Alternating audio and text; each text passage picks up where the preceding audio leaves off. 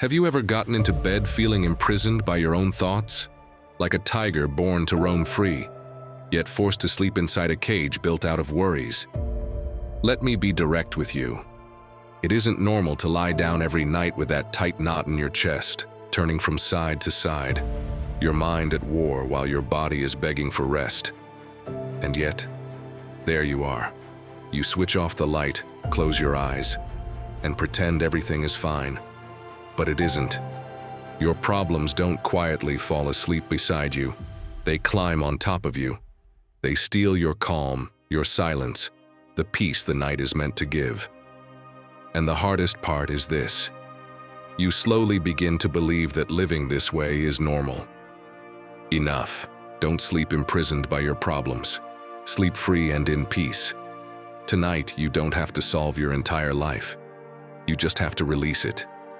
Leave outside the bed what doesn't belong to this moment. Learn to close the day so that rest can finally do its work. Breathe. Let your body soften. The night is not for fighting. It's for resting and becoming free again. Before we continue, if this space is helping you let go and arrive at the night with more calm, walk with us. Subscribe and become part of a community that is learning how to close the day without chains. And now tell me in the comments, what is it that you need to leave outside your bed tonight? First lesson, to sleep in peace. Accept that you are trapped. Before going to sleep, when everything goes quiet and the noise of the day fades away, there is a question that rises on its own, even if you try to avoid it. It isn't elegant. It isn't comfortable. It's direct. Am I truly living or just surviving? You don't need to overanalyze it. The answer doesn't arrive in words.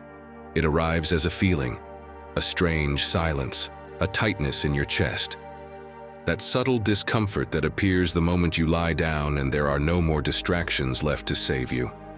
If, when you ask yourself that question, you feel emptiness, pressure, a long breath you didn't realize you were holding, then you already know. Something inside you is saying enough. It doesn't shout, it doesn't accuse, but it shows up when you close your eyes, and what it repeats again and again is the same. I am trapped. I'm not talking about a physical prison. The most dangerous prison is the one that slips into your routine and lies down beside you every night. It has schedules, habits, responsibilities you accepted without noticing. It has fears you learned to justify. And over time, you've decorated it so well that you almost mistake it for home. You go to bed tired, but not at peace. You sleep, but you don't truly rest. Because the body shuts down, yet the mind remains confined. The most subtle and dangerous part is that you normalize it. You tell yourself everyone lives this way, that this is just how life works, that it's too late to start over. And night after night you accept that silent sentence. Gray days piling up, recurring problems, postponed dreams, until sleep stops being a refuge and becomes just another place where you carry the same weight. But if you're here now, listening to this before bed, it's because something inside you no longer accepts that prison. And that matters. The Stoics were clear about this. We do not live as if time were limited. We behave as if there will always be a later. And that is the trap. Believing you'll change tomorrow, that you'll rest once everything is solved, that you'll live fully when the right moment arrives. But the night does not wait, and neither does your body. Accepting that you are trapped is not self-punishment. It is the first act of honesty that allows the mind to begin to loosen its grip. You cannot break a cage you refuse to acknowledge, and you cannot sleep in peace while pretending everything is fine. Tranquility does not arrive when you lie to yourself. It arrives when you stop. For the Stoics, living poorly without doing anything about it was the real failure. Not because perfection was expected, but awareness. Persisting in a life that drains you, steals your rest, and imprisons you even in your sleep is far more damaging than having made a wrong choice once.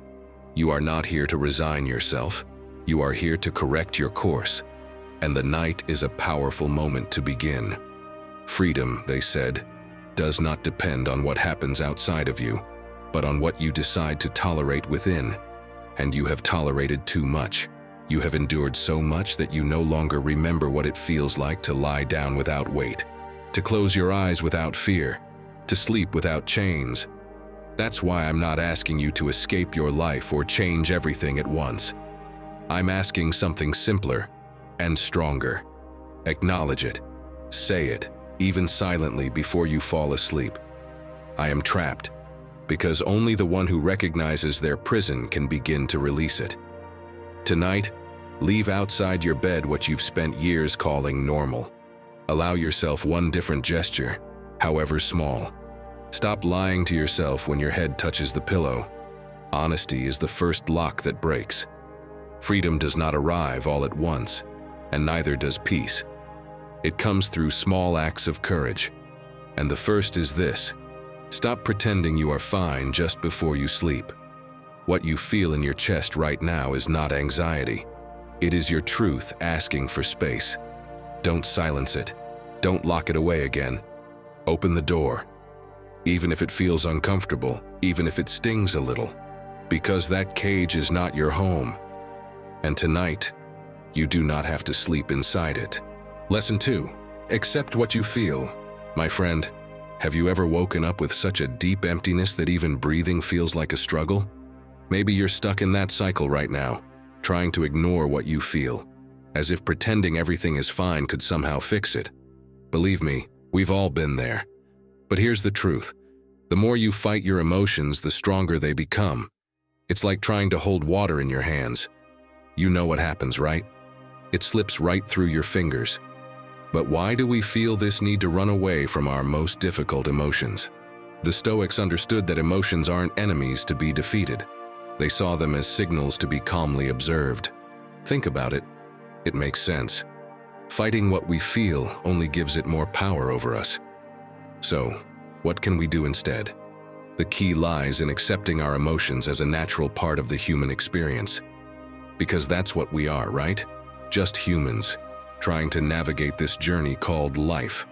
Marcus Aurelius wrote in Meditations, "If you are distressed by anything external, the pain is not due to the thing itself, but to your judgment of it. And this, you have the power to revoke at any moment." See? It's not about ignoring pain, but seeing it for what it is, a signal, not a sentence. When you accept your emotions, you stop feeding them with resistance. Science backs this up too. A study published in the journal Emotion found that accepting all our emotions, not just the positive ones, actually reduces their intensity over time. Researchers discovered that people who practice emotional acceptance experience less anxiety and sadness. Why does this happen? It's like turning off an alarm that's been blaring in your head for hours. By no longer resisting what you feel, your brain stops treating it like a fire to extinguish and starts seeing it as a passing breeze. Picture a regular morning. You wake up feeling empty. You tried distracting yourself with your phone, work, or even activities that usually cheer you up, but nothing works. Those feelings are still there, like an unwanted guest who refuses to leave. And then frustration sets in. Let's be honest, who likes feeling that way? So when those emotions hit you hard, the first thing you can do is stop running from them. Give them space, as if inviting an old friend to sit with you. Call them by name: sadness, fear, frustration, whatever it is. Naming them is like looking them in the eye and saying, "I see you, but you don't control me." Another thing that can help is breathing. Sounds simple, doesn't it? But trust me, it works. Take a moment to focus on your breath. Notice how the air flows in and out. Do it slowly, without rushing. It's a way to remind yourself that you're here, in the present moment, and that this emotion will pass too.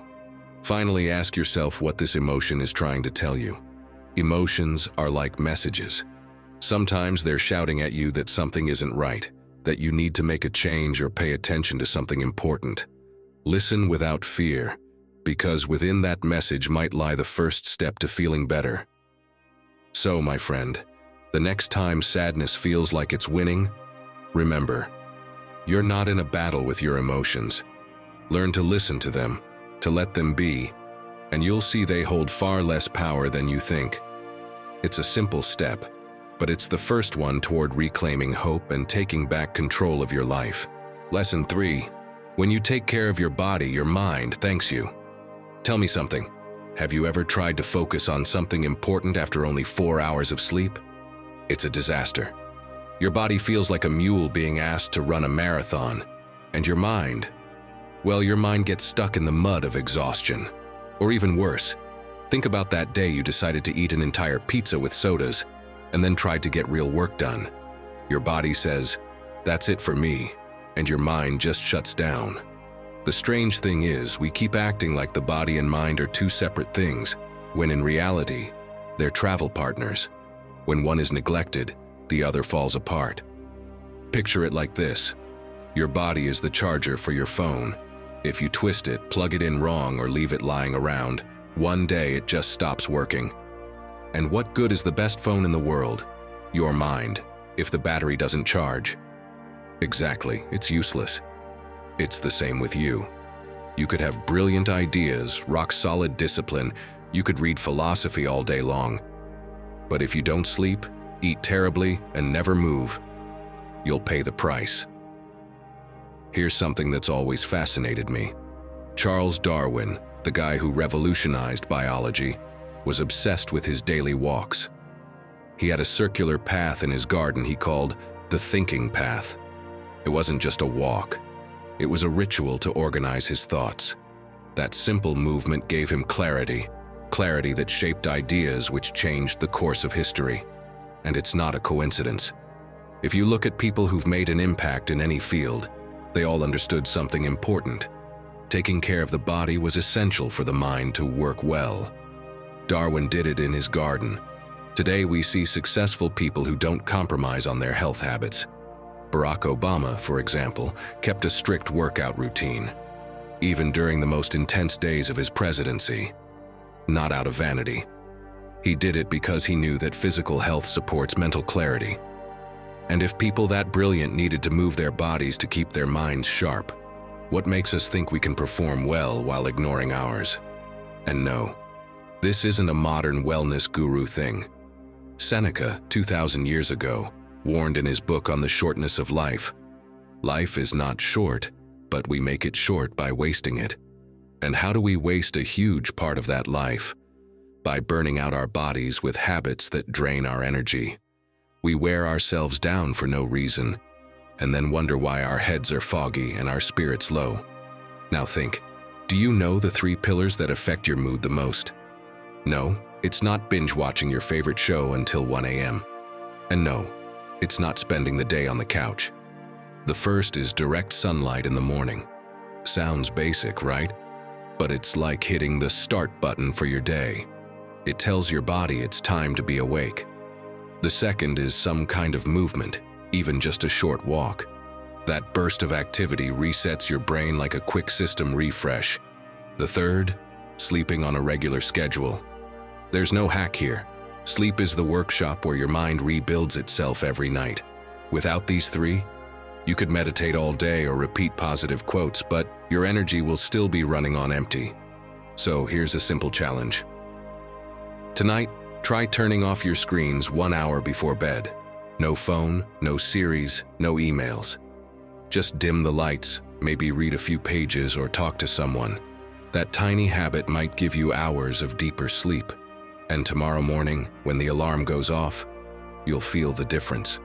During the day, when tiredness tempts you toward the couch, go for a 20-minute walk instead. Don't call it exercise if that word feels heavy. Just think of it as hitting reset. You'll come back with different energy, like you opened a window in a stuffy room. Want to take it further? Look at your plate. If your diet is built on processed food and sugar, your body lives on an emotional roller coaster. The more naturally you eat, the more stable your mood becomes. Your body calms down, and your mind will thank you for it. Sure, you can meditate, read Marcus Aurelius, and say motivational quotes all day long, but if you're glued to your screen at night, feeding your body junk and barely moving more than your living room furniture, eventually your mind will crash. And on those gray days when you feel like you've got no energy left, when sadness seems to have stolen even your spark, the best Stoic reminder is this: taking care of your body is also taking care of your soul. Lesson 4. You are not your thoughts. Thoughts. Most of them show up uninvited, settle in without asking, and drag us along before we even notice. But the time has come to stop living on autopilot and start taking back control of what goes on in your mind. Think about it. Sometimes you think something, you feel something, and you have no idea where it came from. That sudden phrase that hits you out of nowhere, "I'm not good enough for this," or that vivid mental image where everything goes wrong, or that imagined scenario where you fail before you've even tried. And the worst part isn't that it appears. The worst part is that you believe it. And of course, once you believe it, you make it real. The thought comes, and you surrender to it, as if it were an order, as if thinking it made it true. But listen closely. You are not your thoughts. Of course not. You are the one who observes them, the one who decides what to do with them. Epictetus said, "We are not disturbed by what happens to us, but by our thoughts about what happens to us." And that, written over 2,000 years ago, is now backed by science.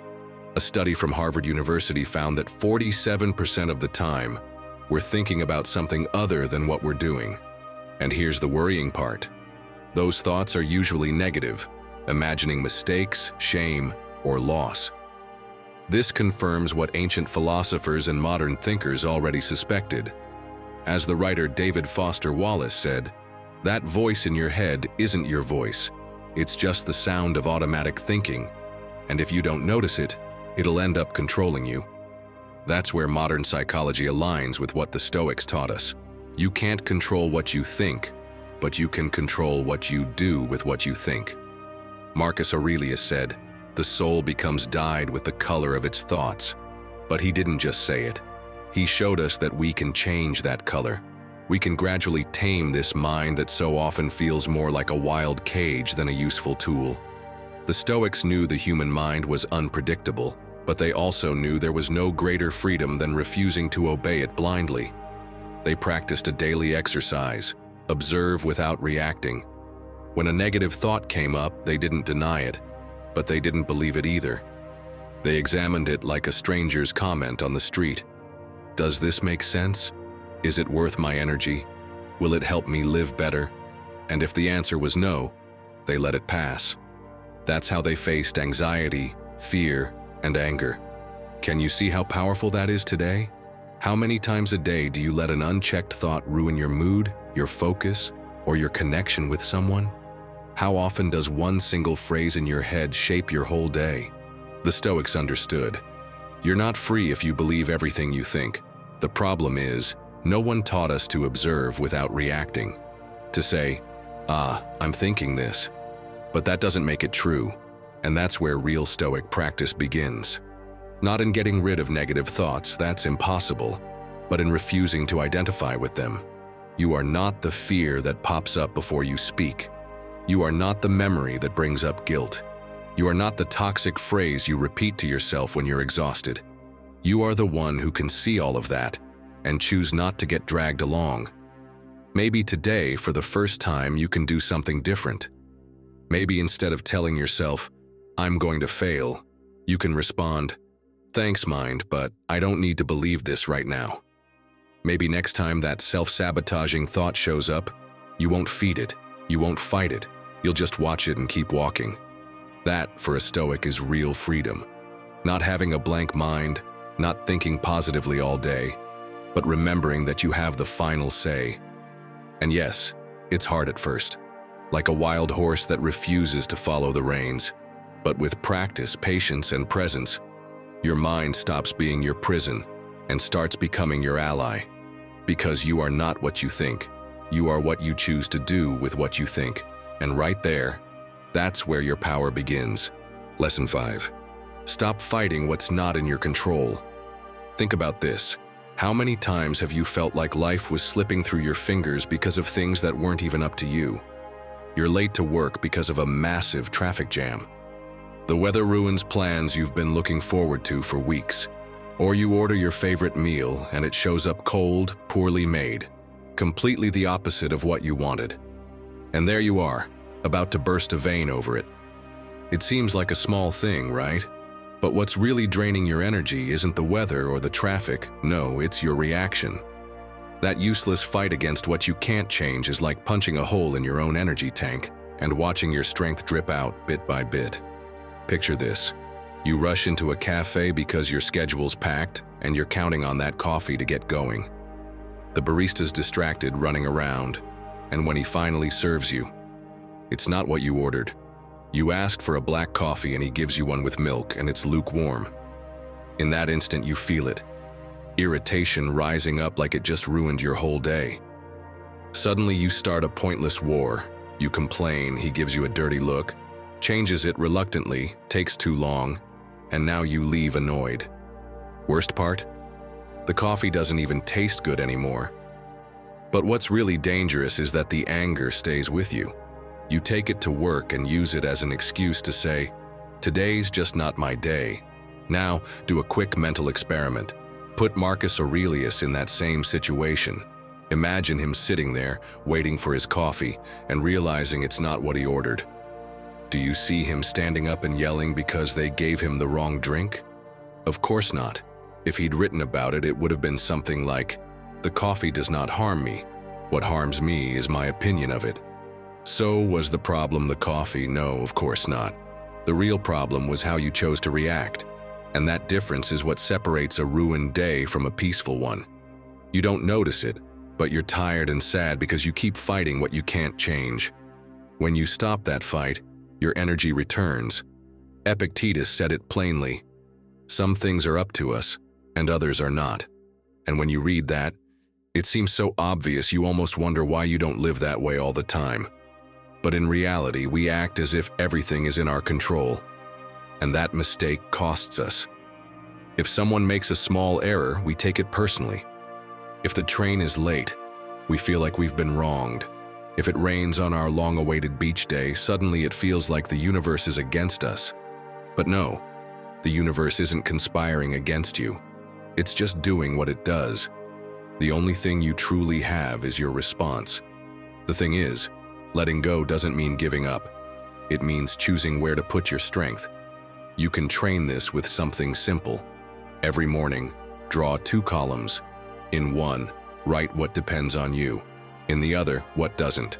And make a silent promise your energy will only go to the first. If today you can wake up a little earlier, bring a better attitude, speak with respect, that deserves your energy. But if your boss shows up in a bad mood or it rains during your run, that goes in the second column. And here's another practical tip. When that nagging thought comes up about something outside your control, repeat to yourself, "This doesn't depend on me and I'm letting it go now." It may seem like a simple phrase, but it's like shutting the door on a thief trying to break in and drain you from the inside. Give it a try. Use it the next time life tests you with something small. My friend, every time you fight what you can't change, you wear yourself down a little more. And when you're already feeling tired and low, that kind of drain is the last thing you need. Remembering this Stoic lesson is like plugging yourself back in. What truly restores your strength isn't controlling the world. It's learning not to let what's beyond your reach dim your light. If you choose wisely where to place your energy, even on your grayest days, you'll still feel that there's power inside you to stand back up. 6th lesson. Change how you see things. Have you noticed that your mind is like a loudspeaker? Yes, you heard that right. A loudspeaker that amplifies small problems until they seem like giants. Sadness and despair often work the same way. It's like wearing fogged-up glasses that make everything appear darker than it really is. What could be a minor setback feels like a total failure. What could be a lesson you see as a punishment. But listen, here's the secret. You can't change what happens around you, but you can change how you choose to interpret it. And that small shift can make all the difference. Epictetus, one of the great Stoic teachers, summed it up perfectly. It's not what happens to you, but how you react to it that matters. Think about that. It's not the comment someone makes, the gray day, or the loss itself that determines how you feel. It's the story you create about it. And here's the good news. you can rewrite that story. Psychologist Rafael Santandré said something that stuck with me. In his book, The Art of Not Making Yourself Miserable, he explains that it's not what happens to us that brings us down, but how we decide to interpret it. Honestly, I stopped to think, did Santandré write this, or was it Epictetus? Because it's the same powerful mindset. Santandré points out that often, we're the ones fueling our sadness and despair by telling a tragic story about what's happening to us. For example, he mentioned a case of someone who lost their job. At first, this person saw it as a total failure, as if they'd hit the end of the road. But with some help, they began to see the situation from another angle. What if this loss was an opportunity to start something new, something they were truly passionate about? Changing how they viewed the problem didn't solve everything overnight, let's be real. But it gave them the strength to take action and climb out of the hole they felt stuck in. If you're feeling overwhelmed by sadness and despair, reflect on what Santandré said. The key is to question your thoughts. When something feels crushing, ask yourself, is this really as bad as I think? Or am I blowing it out of proportion? Sometimes when you do this, you realize that your thoughts aren't as terrifying as they seem. It's like adjusting the lens through which you see your life. Change the focus and suddenly the picture becomes clearer. So, my friend, what story are you telling yourself right now? If the narrative in your head is dragging you down, remember, you can change it. In the end, changing how you see things doesn't just transform your emotions. It gives you the power to overcome any sadness or despair you face. Lesson 7. Surround yourself with people who uplift you. Think of the people around you as if they were the sun. Some, like vitamin D, strengthen you, fill you with energy, and help you grow, even on your cloudiest days. And then there are those who, like a constant shadow, block that light and leave you stuck in a cold, dark corner. These are the ones you need to avoid. They don't help.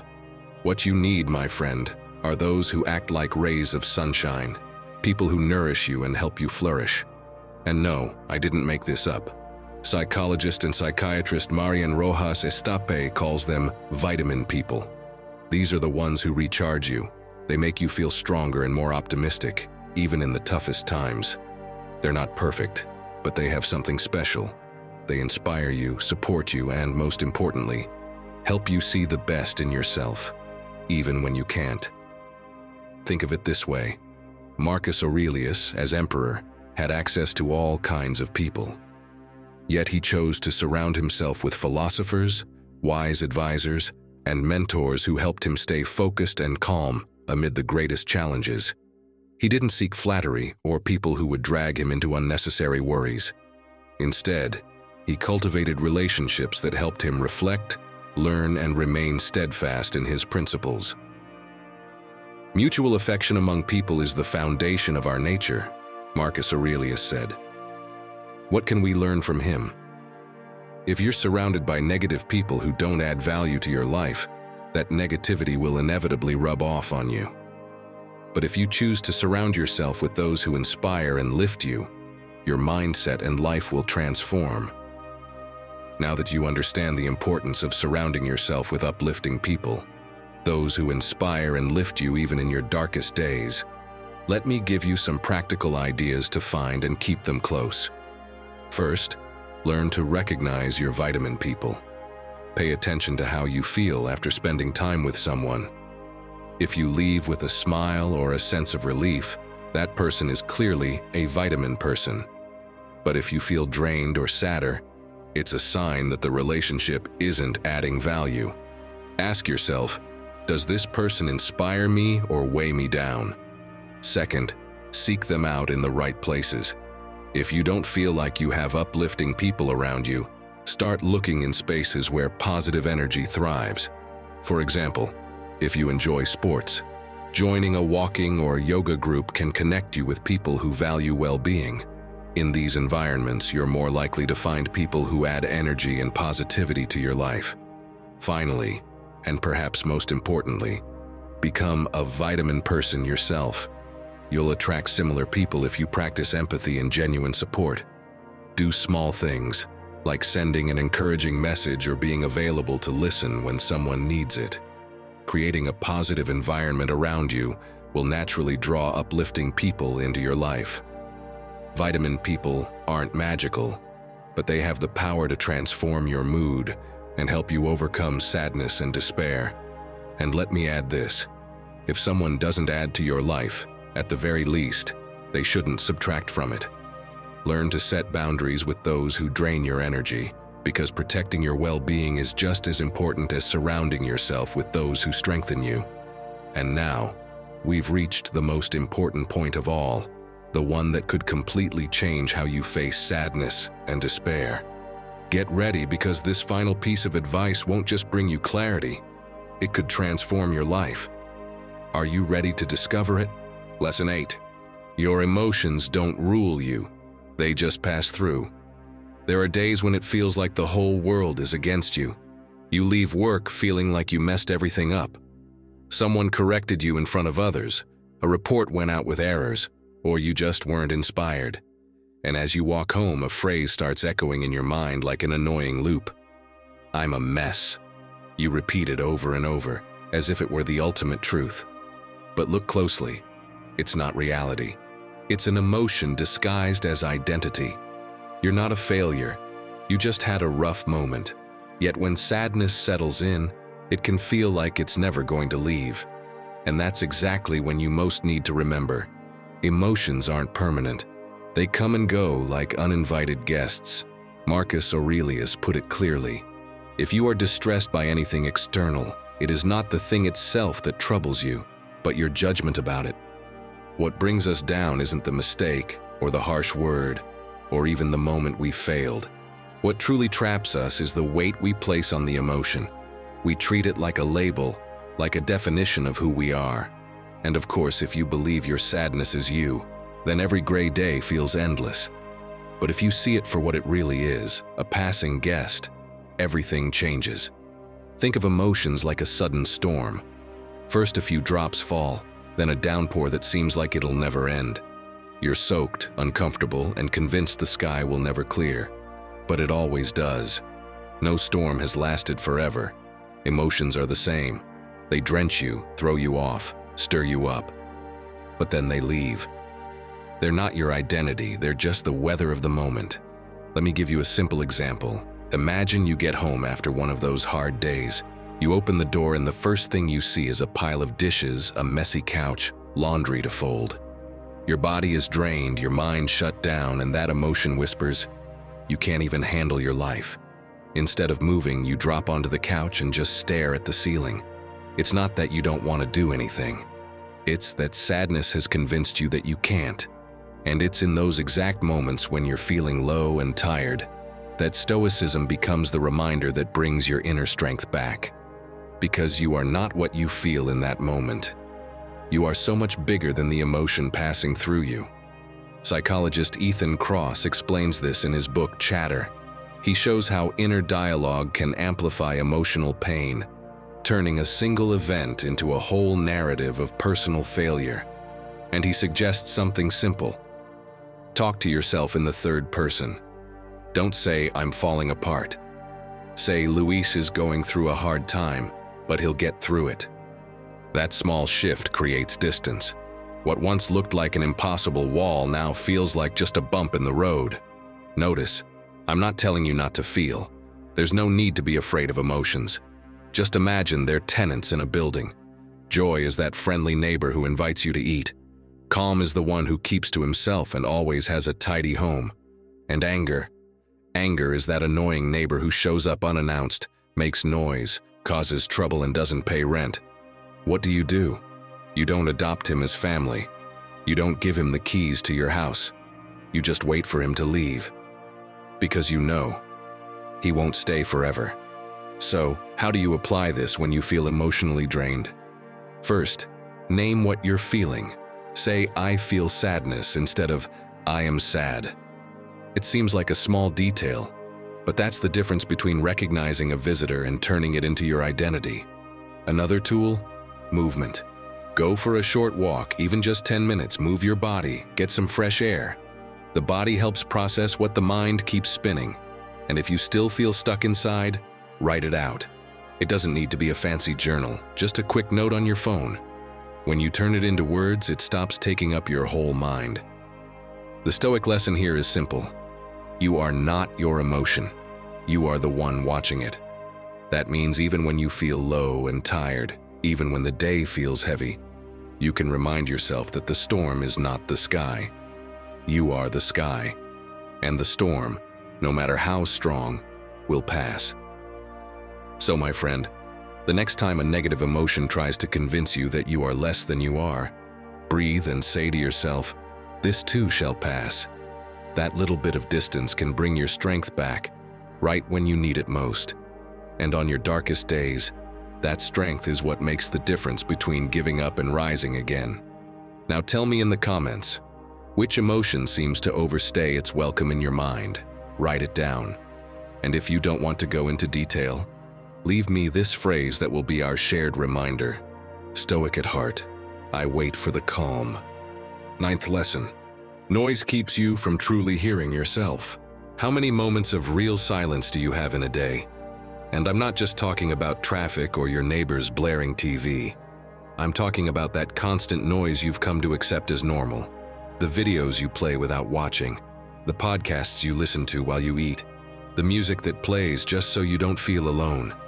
That noise surrounds you, but more than anything, it numbs you.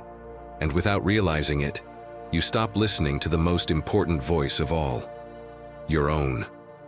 A long time ago, I attended a talk on Stoicism and technology.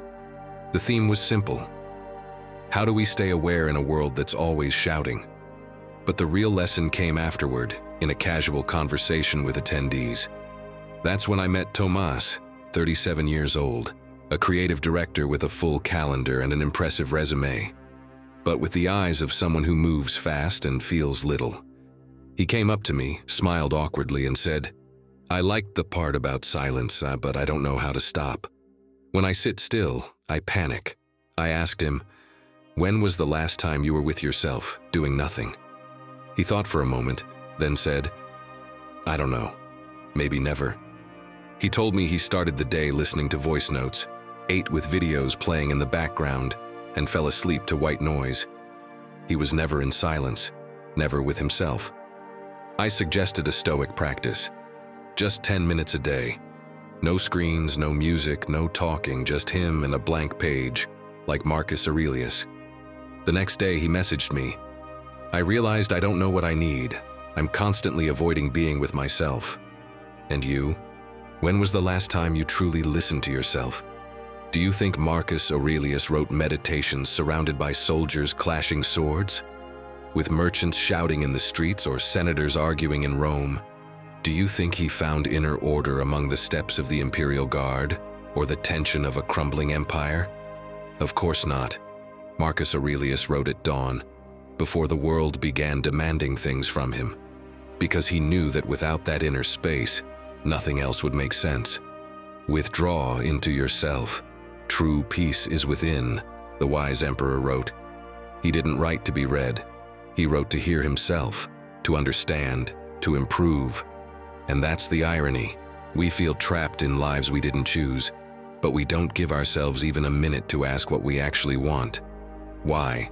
Because we fall, over and over, into the noise of the world. And believe me, that noise becomes a prison. One you feed every time you fill every silence with something external. So what if today you break that pattern? Not with some dramatic vow, but with something simple. Let silence come back. Turn off your phone 10 minutes before bed. Wake up without checking your screen. Walk without headphones, look around, but also look within. And yes, it may feel uncomfortable. At first, silence hurts, because it brings you back to yourself. But that's where real freedom begins. It's not out there. It's inside you. Think about Nelson Mandela.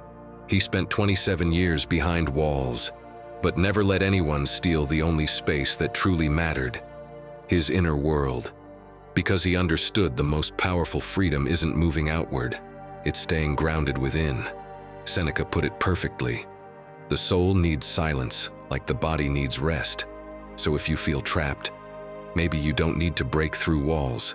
Maybe you just need to lower the volume and finally hear what you've been trying to tell yourself for years.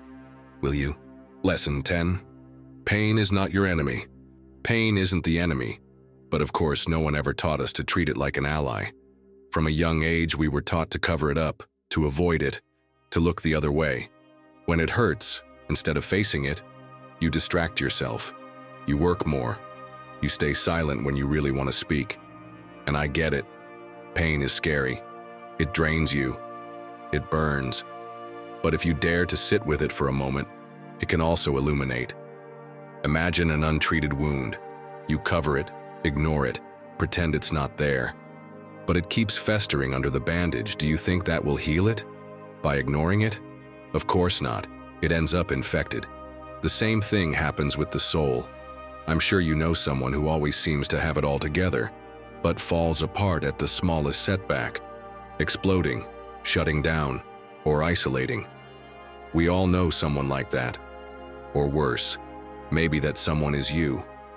And do you know why that happens? Because most likely it's been years since we truly listened to our pain. We've just buried it under routines, obligations, and smiles that never reach the eyes. Modern psychology knows this well. Psychologist Tara Brach puts it clearly. Unhealed pain becomes a filter through which we see the world. And if we don't face it, it takes control. And you who feel trapped in your own life, have you ever considered that the pain you're carrying isn't there to destroy you, but to wake you up? Think of the Stoics. For them, pain was part of the soul's training. They didn't romanticize it, they faced it.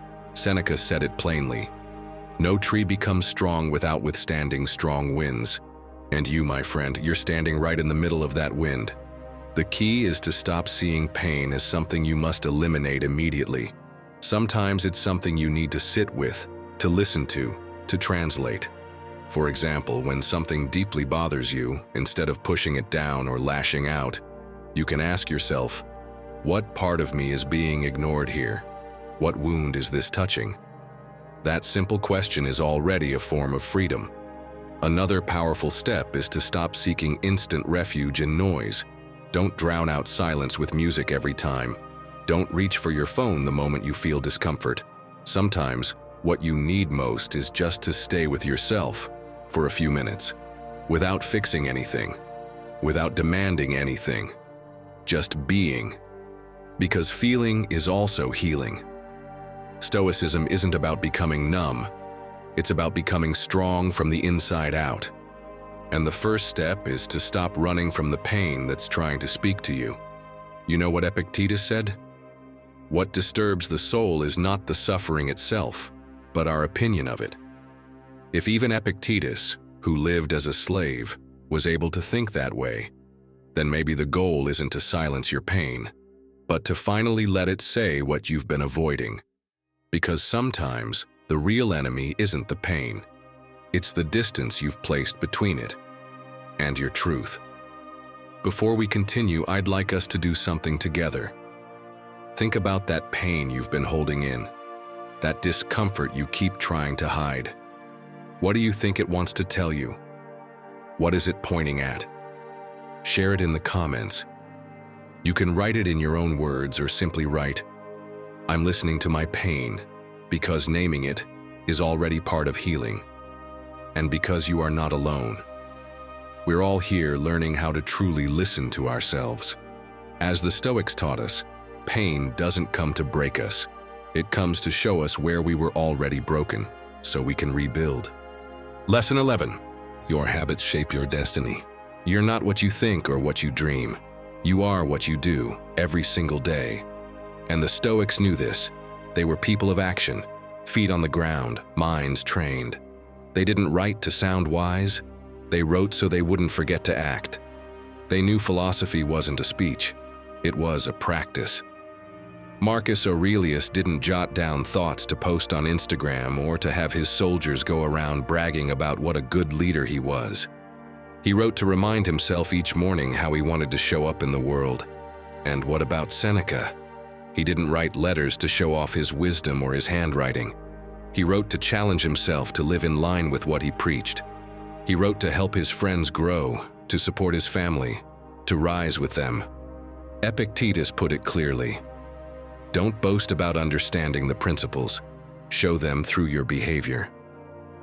My friend, the Stoics weren't armchair philosophers. They were walking examples. They lived in alignment with what they believed, because they understood that what you do each day, no matter how small, is another brick in the building of your destiny. And that's the most powerful truth of all. Because when you start consciously choosing what you do, when your actions, however small, come from intention, you begin to pull out, brick by brick, the invisible bars of the prison you've been trapped in. The prison of unconscious routine, of automatic reactions, of living to please, to perform, to survive. Every conscious habit is an act of freedom, a silent declaration to the world. Today, I choose. So don't underestimate the small stuff. Every quiet gesture, every unseen decision, every unnoticed action is writing your life. And if you repeat it without thought, without presence, without purpose, then what you're building isn't freedom. It's just a more comfortable cell. One that feels safer maybe, but still locked. Now ask yourself honestly, how am I making that freedom I long for real in my daily life? Because that's where the key is. Not in big dramatic changes, but in what you repeat day after day. Your habits. That's exactly where your freedom or your prison begins. As Aristotle said, excellence is not an act, but a habit. And you know who agrees with that ancient wisdom? James Clear, a modern-day thinker and author of Atomic Habits. He sums it up like this: every action you take is a vote for the person you want to become. One of his simplest, most powerful tricks? Make the new habit so small that you can't fail. Don't think about changing your life. Just leave a glass of water ready for the morning. Put your book on the pillow.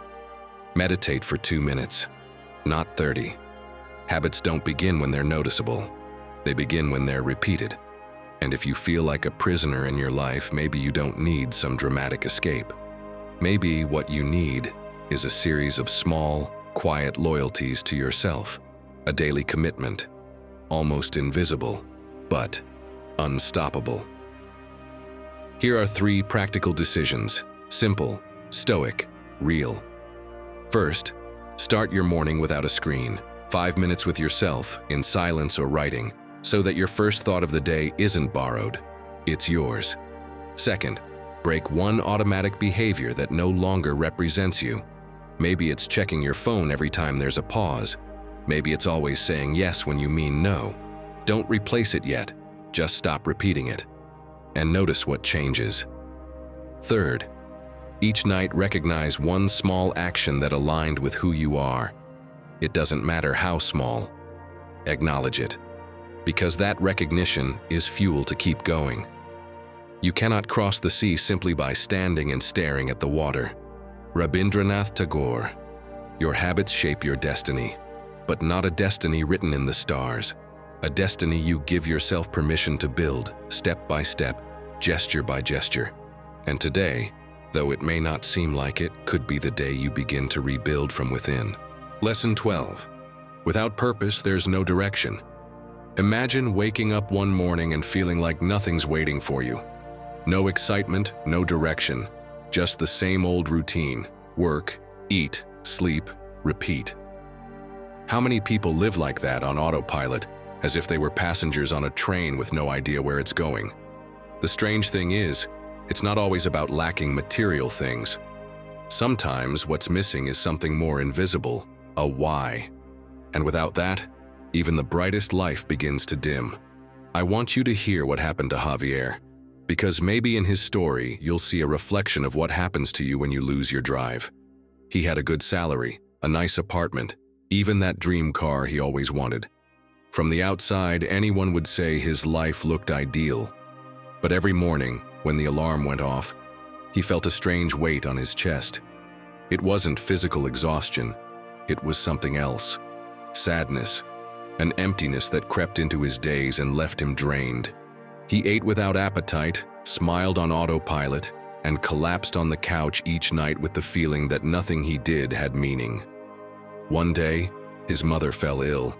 and Javier spent several weeks visiting her in the hospital. That's where he saw something that shook him. A woman who spent hours reading stories to the children there. She wasn't getting paid, had no fancy lifestyle, yet she radiated a vitality that didn't make sense. While Javier dragged his feet through the hallways, that volunteer seemed to float. That image stayed with him. One question kept repeating in his mind. And me? What moves me? It wasn't about quitting everything, just about giving his life direction, connecting his effort to something that mattered. That moment sparked a change. Today, Javier wouldn't tell you life is easy. But when sadness starts creeping back, he remembers why he began. That purpose becomes the rope that pulls him up when his energy runs low. You see it, right? You've probably lived something similar. Those days when getting out of bed feels like a punishment. But when you have something to look forward to, a trip, a project, someone counting on you, your body responds, even if you've slept terribly. The difference is the why. Purpose is like an invisible engine. Maybe you don't see it, but it's what pushes the boat forward. Without it, all that's left is rowing in circles, exhausted, going nowhere. It's like rowing out at sea with no compass. You might have the strongest arms in the world, but if you don't know where you're going, that strength turns into wear and tear. With a clear purpose, even the fiercest storm becomes part of the journey to a defined shore. That's the big difference. It's not about life being easy. It's about each obstacle having meaning on the path. Marcus Aurelius put it another way in his Meditations. He who lives in harmony with nature lives in harmony with the universe. He didn't mean it in some mystical way. It's simple. When your actions align with a meaningful purpose, life flows. Sadness weighs less because there's something pulling you forward, even on the darkest days. And look, it's not just ancient wisdom. Simon Sinek repeats it in his book, Start with Why. People don't buy what you do, they buy why you do it. It sounds like business advice, but it applies just as much to personal life. That why is what lights the fire, the kind of motivation that doesn't depend on outside applause but comes from something deeper, something that connects you to yourself. Now, I want to offer you something practical, something you can do today. Put on some calm music, maybe light a candle if that helps you focus, and write down one activity that makes you forget time when you're doing it. That clue is often key to discovering your purpose. It doesn't have to be grand or world-changing. It just has to change your world. Then look at your daily routine and ask, how can I connect what I'm doing today with that why? If your purpose is to help, even a small conversation with a coworker can become part of that. If your purpose is to create, even cooking a new recipe at home can be a way to express it. Don't wait for big occasions. Give meaning to the small moments. And one last tip, revisit your goals from time to time. Purpose isn't a lifelong contract. It evolves with you. Changing it isn't failing. It's growing. Sometimes what used to drive you no longer resonates, and that's okay. It's healthy to ask again, what lights me up today? My friend, when you lose your purpose, sadness and fatigue take over. But when you find it, it becomes the fuel that gets you out of bed, even on your darkest days. That's the inner strength the Stoics reminded us of every day. You can't control whether life gets steep, but you can choose what you're climbing for. Lesson 13. Reconnect with nature. Can you feel that? The relief that only comes from breathing fresh air, feeling the sun on your face, and hearing the gentle rustle of leaves in the wind. It's a moment where everything seems to pause, as if nature has the power to calm even the fiercest storms in our minds. Let me ask you something. When was the last time you let yourself experience that? The Stoics didn't just admire nature, they studied it like a teacher. To them, nature was the perfect example of serenity and adaptation. Rivers don't stop when they encounter a rock, they simply flow around it. Trees don't resist the changing seasons, they accept them, shedding their leaves in autumn and blooming again in spring. That ability to keep moving, to adapt and find balance was something the Stoics tried to imitate in their own lives. And us? In the middle of stress and sadness, we forget that we too can learn to flow. Now imagine this. You've spent days cooped up, trapped in your thoughts, replaying everything that hasn't gone the way you hoped. Sadness and despair feel like a fog, clouding your vision.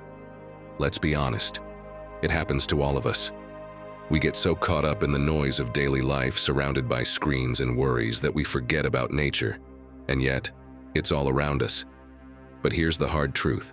Forgetting nature comes at a cost. That disconnection leaves us more vulnerable to sadness and despair. It's like neglecting a plant. You don't notice it wilting right away, but over time the leaves start to fall. What once was full of life now feels empty. The same thing happens with nature. We need it. And when we ignore it, we disconnect from ourselves too. Author and speaker Richard Louv calls this the nature deficit. He compares it to a health checkup where you discover you're lacking iron or a crucial vitamin. You feel tired or drained but don't realize what you're missing until it becomes clear. Louv suggests something simple: walking barefoot on grass or sand, something he calls earthing. It's like taking a supplement, but instead of a pill, you're getting it straight from the earth. Each step is like giving your body and mind the nourishment they need to feel better. It might sound silly, but it works. And the best part? It's free. All you need are your feet and a little bit of nature. So, are you ready to reconnect with nature? I've got a challenge for you. Tomorrow, carve out a few minutes for yourself and step outside. Find a green space, no matter how small. It could be a park, a forest, or even a little corner in your neighborhood with a tree. Turn off your phone and let your senses awaken. Listen to the sounds, feel the air, and watch how everything around you continues to flow, no matter what's happening in your life. Then make it a ritual. Walk barefoot. Remember, feeling the direct contact with the earth has a powerful effect.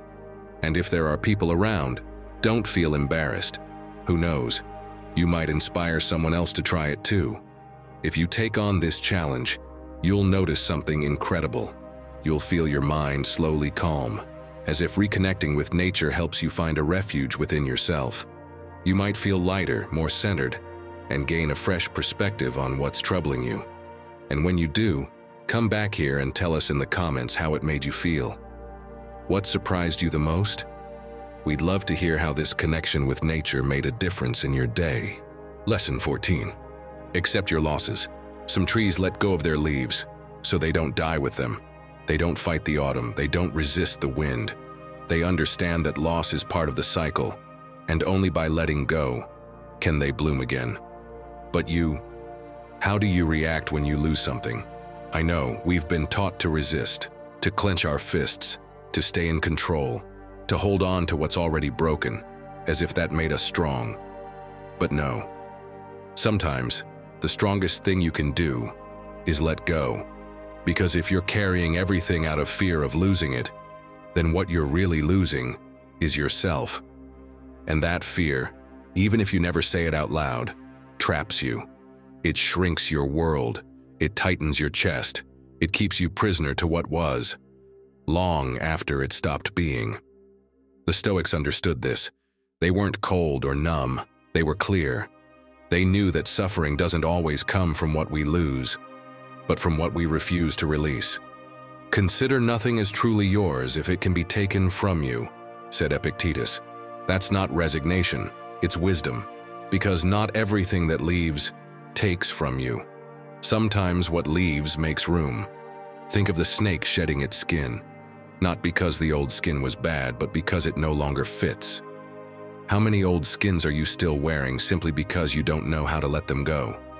Picture a tree in the forest.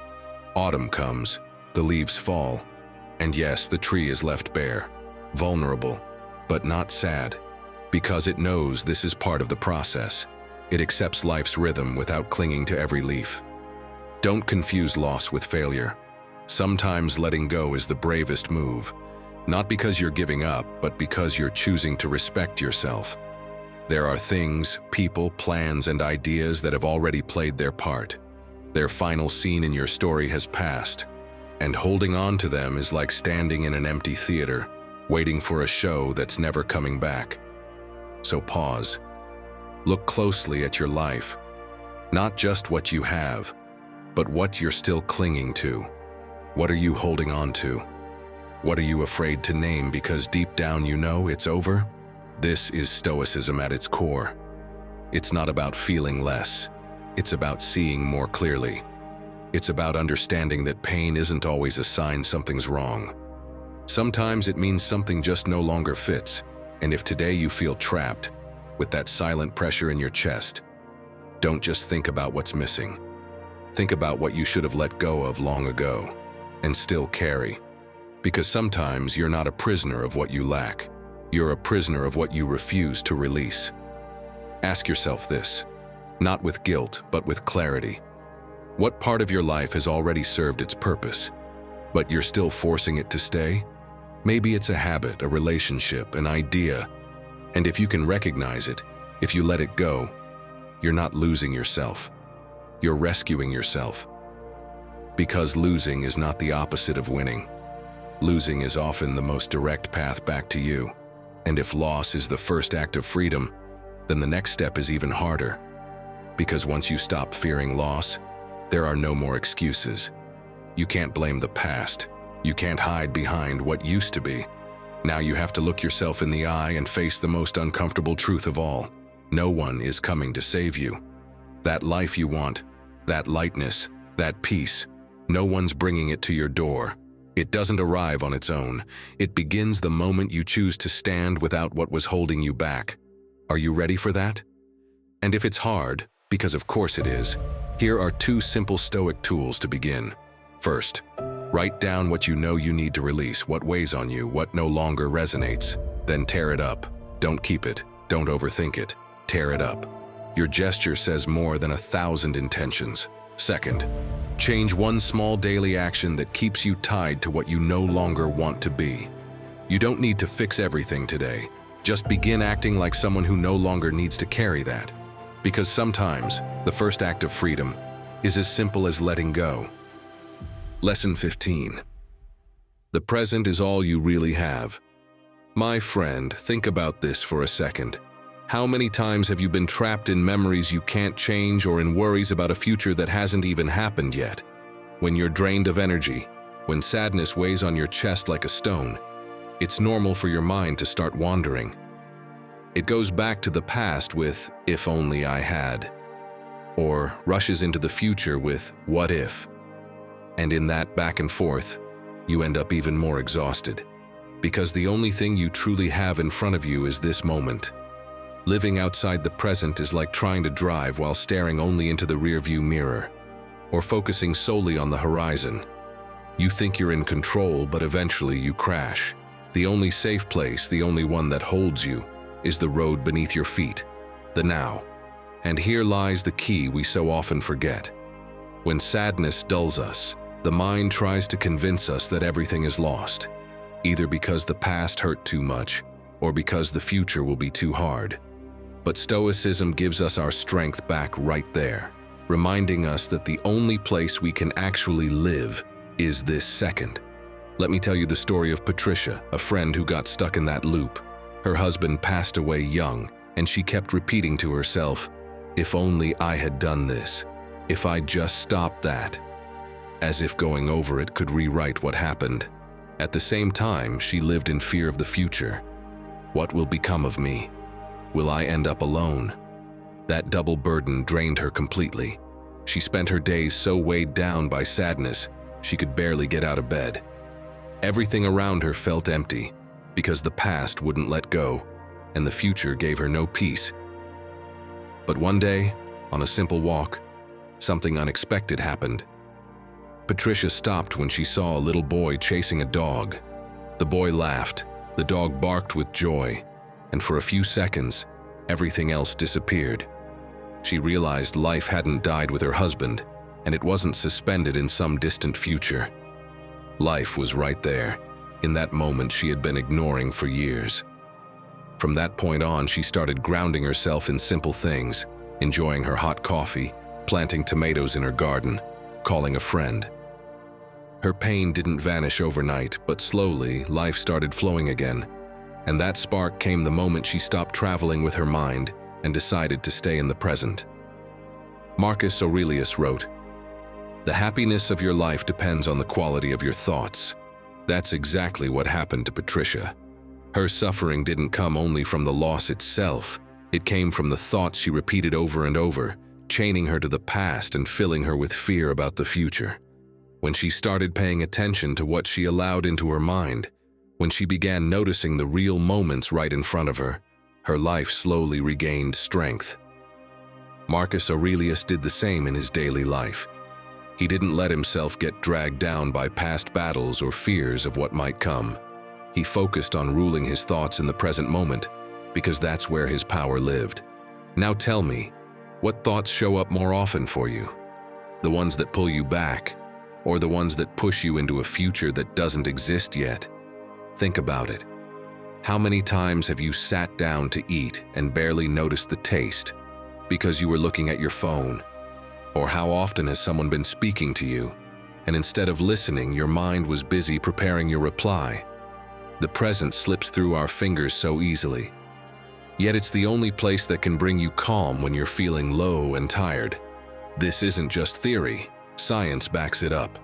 Jon Kabat-Zinn, a mindfulness expert, showed how practicing present awareness reduces anxiety and depression. His method isn't complicated or mystical. It's simply coming back again and again to your breath, to your body, to the now. Exactly what the Stoics taught, just in different words. So how can you apply this in your life? Next time you check the time, don't do it automatically. Use that moment as a reminder. Say silently to yourself, "I'm here in this moment." And don't let it be empty words. Pay attention to what's really happening. Maybe you're sitting on a hard chair, the air is cool, and it smells like fresh coffee. Or maybe you're at the salon, water running through your hair, shampoo filling the air with a soft scent. Describing the experience in your own words anchors you, keeps your mind from running off to the past or the future, and brings it back to you right now. Lesson 16. Build your emotional strength. Imagine being in New York City on September 11th, 2001. The chaos, the fear, the loss. For those who were there, it seemed impossible to think of anything beyond the pain and uncertainty. Yet something incredible happened afterward. A psychologist named George Bonanno decided to study how people coped with that tragedy and discovered something fascinating. More than half of those affected, even those who experienced the trauma up close, managed to move forward without severe lasting effects. The key? They didn't avoid the pain, they faced it, learned from it, and used it to grow stronger. Sadness, my friend, can feel like a wall stopping you in your tracks. But it can also be the chisel that shapes your character, if you choose to use it. As Seneca once said, "The strongest person is the one who has faced the greatest challenges." The Stoics understood that adversity isn't just inevitable. It's necessary to build inner strength that prepares you for whatever comes. Seneca lived this truth. In his exile, instead of succumbing to despair, he used the time to reflect and grow. And you?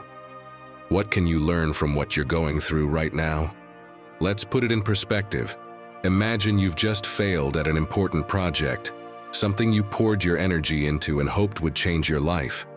That feeling of emptiness, of having lost everything, can seem insurmountable. But here's the key. Instead of getting stuck in, "Why did this happen to me?" ask yourself, "What can I do with this?" That small shift in focus can turn your sadness into an opportunity for growth.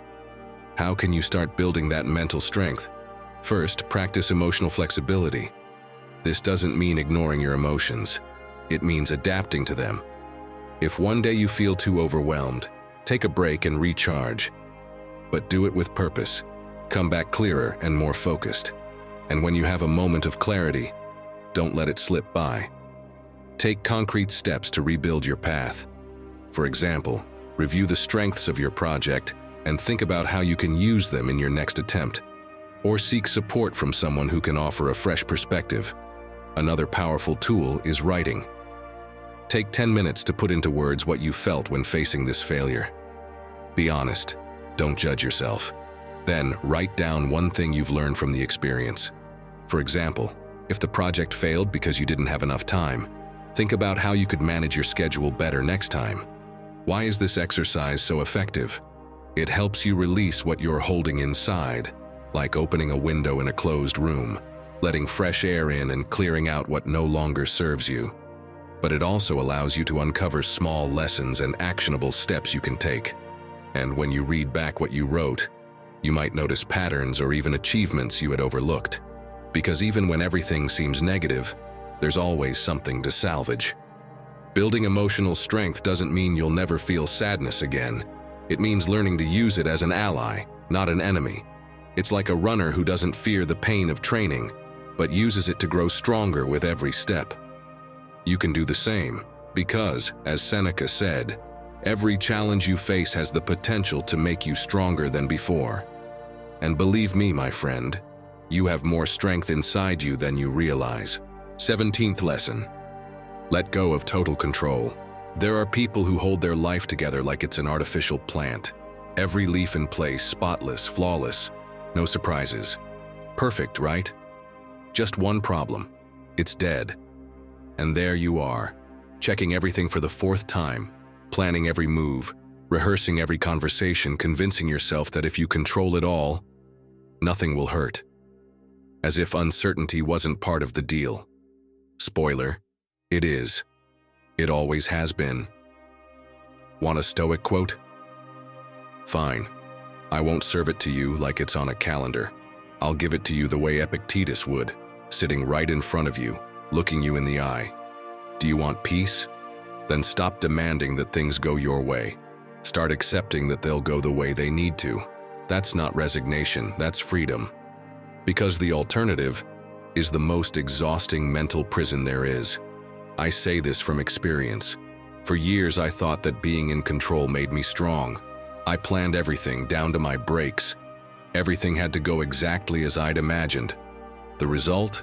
Anxiety, constant frustration, and emotional fatigue no weekend could fix. Until one day, it hit me. Control isn't order, it's fear in disguise. Psychology confirms it too. Carl Jung, one of the fathers of modern psychology, put it with brutal clarity. What you resist persists. And you're resisting change, resisting the unpredictable, resisting life just as it is. And here comes the truth the Stoics made clear. Though few are ready to hear it, serenity doesn't come from controlling everything. It comes from no longer needing to. Marcus Aurelius didn't become wise because he ruled an empire. He became wise because he understood that the soul at peace is the one that demands the least from the world. And that doesn't mean giving up. It means living with your feet on the ground and your heart unchained. The Stoics knew freedom isn't about forcing your will on the universe. It's about choosing how you stand in front of what you can't change.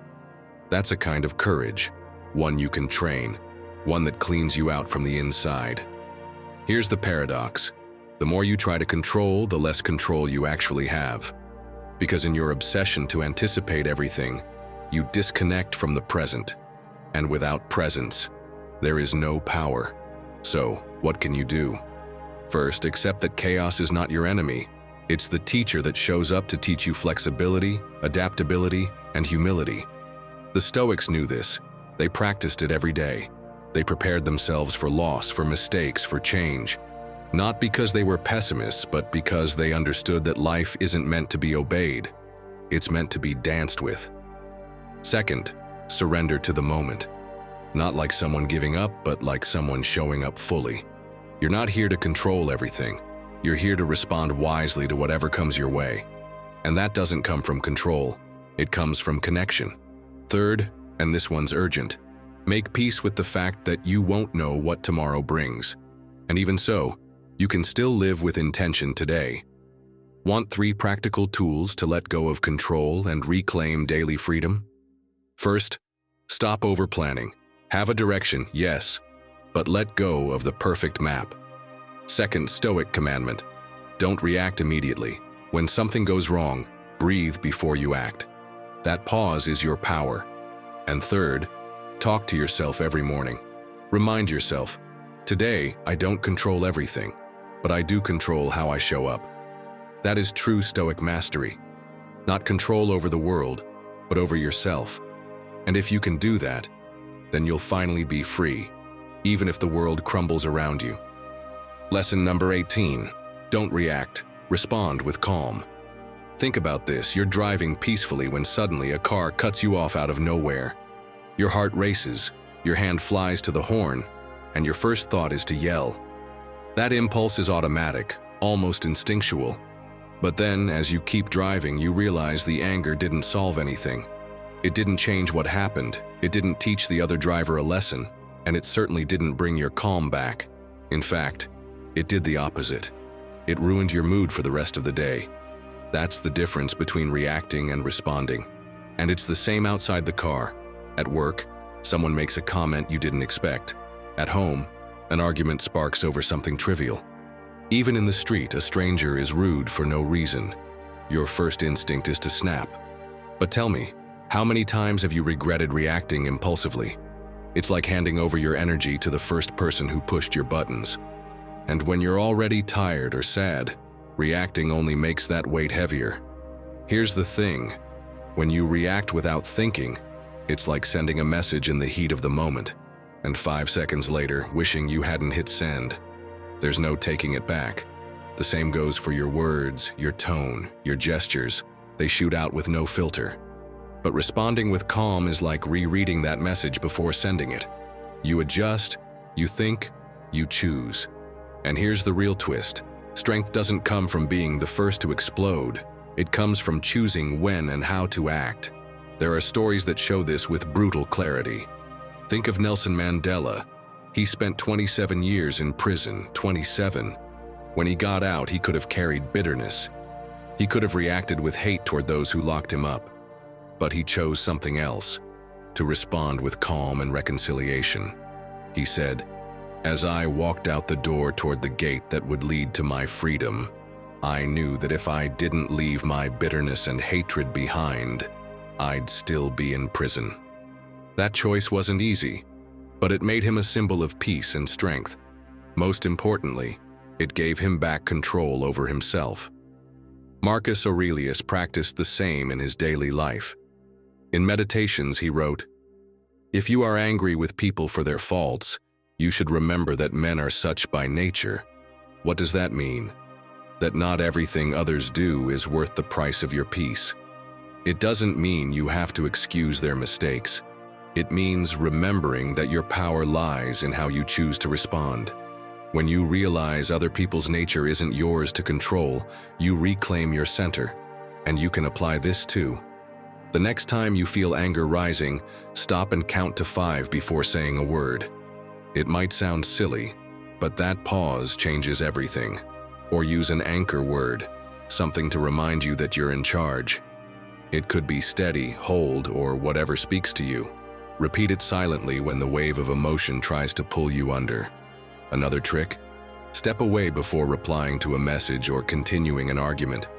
Physical distance cools the mind, and often saves you from saying something you'll regret. This isn't about suppressing what you feel. It's about giving it a different path. Picture a river that overflows its banks. It destroys everything in its way because it has no control. But the same river, when guided, becomes a source of energy and life. That's your calm. When you respond instead of reacting, your inner strength doesn't get wasted in useless explosions. It gets channeled to hold you up, even on the darkest days. Life will always test you. People will break promises, situations will feel unfair, words will hit where it hurts. But those tests are where your power lives. Stoicism reminds us, when you choose calm, you're not just protecting your energy, you're giving yourself back the dignity of being in control. And believe me, when everything feels dark, that's the difference between staying stuck or rising with strength. So my friend, say it down below. My strength is in my calm. Don't let it be just words in the air. Make it a promise to yourself that even on your grayest days, you're still in charge. Lesson 19. Find purpose in pain. Picture this. You're lost in the middle of a dark forest. Fog blankets everything, no paths are visible, and every step feels more hopeless than the last. You feel trapped, unsure of where to go, and with each passing minute, the emptiness only grows. But then, in the distance, you see a small light. It doesn't light up the whole forest, but it's enough to guide your next step. That's how pain works. It's not the end of the road, but a signal that can help you find direction. Seneca, in his letters to Lucilius, wrote, "It's not the torment that makes us suffer, but our fear of the torment." Think about that for a moment. Often, it's not the pain itself that consumes us, but how we anticipate or magnify it in our minds. It's like zooming in 3 times on a camera. The Stoics teach us that by accepting pain as a natural part of life, we strip it of its power. And trust me, that changes everything. Do you know who truly understood this lesson? Edith Eger. You may not have heard of her, but let me tell you her story. Edith survived the Holocaust. Imagine the suffering she endured, or rather, we can't even begin to imagine it. For years, she carried the weight of that trauma until she chose to confront it. She didn't ignore it or bury it. She accepted it and found a purpose within it. Do you know what that purpose was? Helping others. Today, as a psychologist, she uses her experience to help others overcome their own pain. She says, "Pain doesn't go away, but we can learn to live with it, to accept it, and to grow from it." Can you see how transformative that mindset can be? Now let me be clear. Accepting pain doesn't mean resigning to it. It's not about saying, "This is just how it is," and letting it consume you. It's about understanding it and using it as a tool to grow. Let's put this into perspective. Imagine this. You've had a fight with a friend you've always considered family. They said something deeply hurtful, and you responded with something equally harsh. Now you're sitting alone in your room, feeling the pain eating away at you. Every time you replay the argument in your head, the words hit you like punches. You ask yourself, how did we get here? Is this relationship broken for good? In moments like these, it's easy to stay trapped in the pain, replaying the scene over and over, searching for someone to blame. But there's something you can do. Grab a blank sheet of paper and divide it into 3 columns. In the first, write down what happened. I fought with my best friend. We said hurtful things. In the second, write how you feel. I'm sad, angry, disappointed. And in the third, write what you can learn from this experience. Maybe you realize you need to work on your patience, or that this relationship is worth the effort to mend. Perhaps you even discover that the argument was an opportunity to be honest about something you've been holding back. And if the weight still feels too heavy, go for a walk. Think about that relationship as you move. Ask yourself, what really matters here? Is this temporary pain more important than the bond we've built over the years? Reflecting while in motion can help you find answers that seem impossible when you're stuck in one place. Remember, the pain you feel now doesn't have to be the end of the story. It can be the beginning of something new, a chance to heal, to learn, to reconnect. Because even when it feels like everything is broken, pain often reveals the cracks that need repair. You just have to be brave enough to face it head on. Lesson 20. When was the last time you did something just for you? Congratulations, you've made it this far. You're here, still standing, still showing up. You've done what was expected, fulfilled your duties, been available, helpful, proper, all these years. But now be honest with me. In all that effort to be there for everyone else, did you forget to be there for yourself? When was the last time you did something that had no apparent use? Something that didn't make you more productive, a better parent, a more efficient worker? Something you couldn't justify with, well, I have to. Do you remember? And no, that quick shower between obligations doesn't count. Nor does that late-night series you half-watch with your phone in hand and your mind somewhere else. I'm talking about something done with intention, for you, because of love. Because those kinds of acts, the ones you do without pressure, without needing to explain, are the ones that keep your connection to yourself alive. The Stoics didn't call them indulgences. They called them refugees of the soul. silent gestures that no one else sees, but that bring you back to yourself. Without them, you get lost. You become efficient but absent, productive but empty. You know what they are, that aimless walk, that notebook you've been meaning to open, that hour to breathe without guilt. And you know because your body has asked for it more than once. But you always had something more important to do. And here's the thing, when I ask you about it, maybe you smile. But inside, it stings, because you know it's been too long. Because you gave yourself to everyone except you. When did you start treating yourself like the last name on your own list? The Stoics weren't talking about selfishness. They were talking about responsibility. To them, anything that doesn't come from your center is bound to overflow. Marcus Aurelius wrote it with pain when the world pulled at him from every direction. Stop wasting time debating what a good person should be. Be one. And that doesn't start with grand gestures for others. It starts with what you give yourself. Henry David Thoreau, another thinker who walked away from the world's noise to find himself, wrote it clearly. I went to the woods because I wished to live deliberately, to confront only the essential facts of life, and see if I could learn what it had to teach, and not, when I came to die, discover that I had not lived. And that line, written in the 19th century, is more urgent now than ever.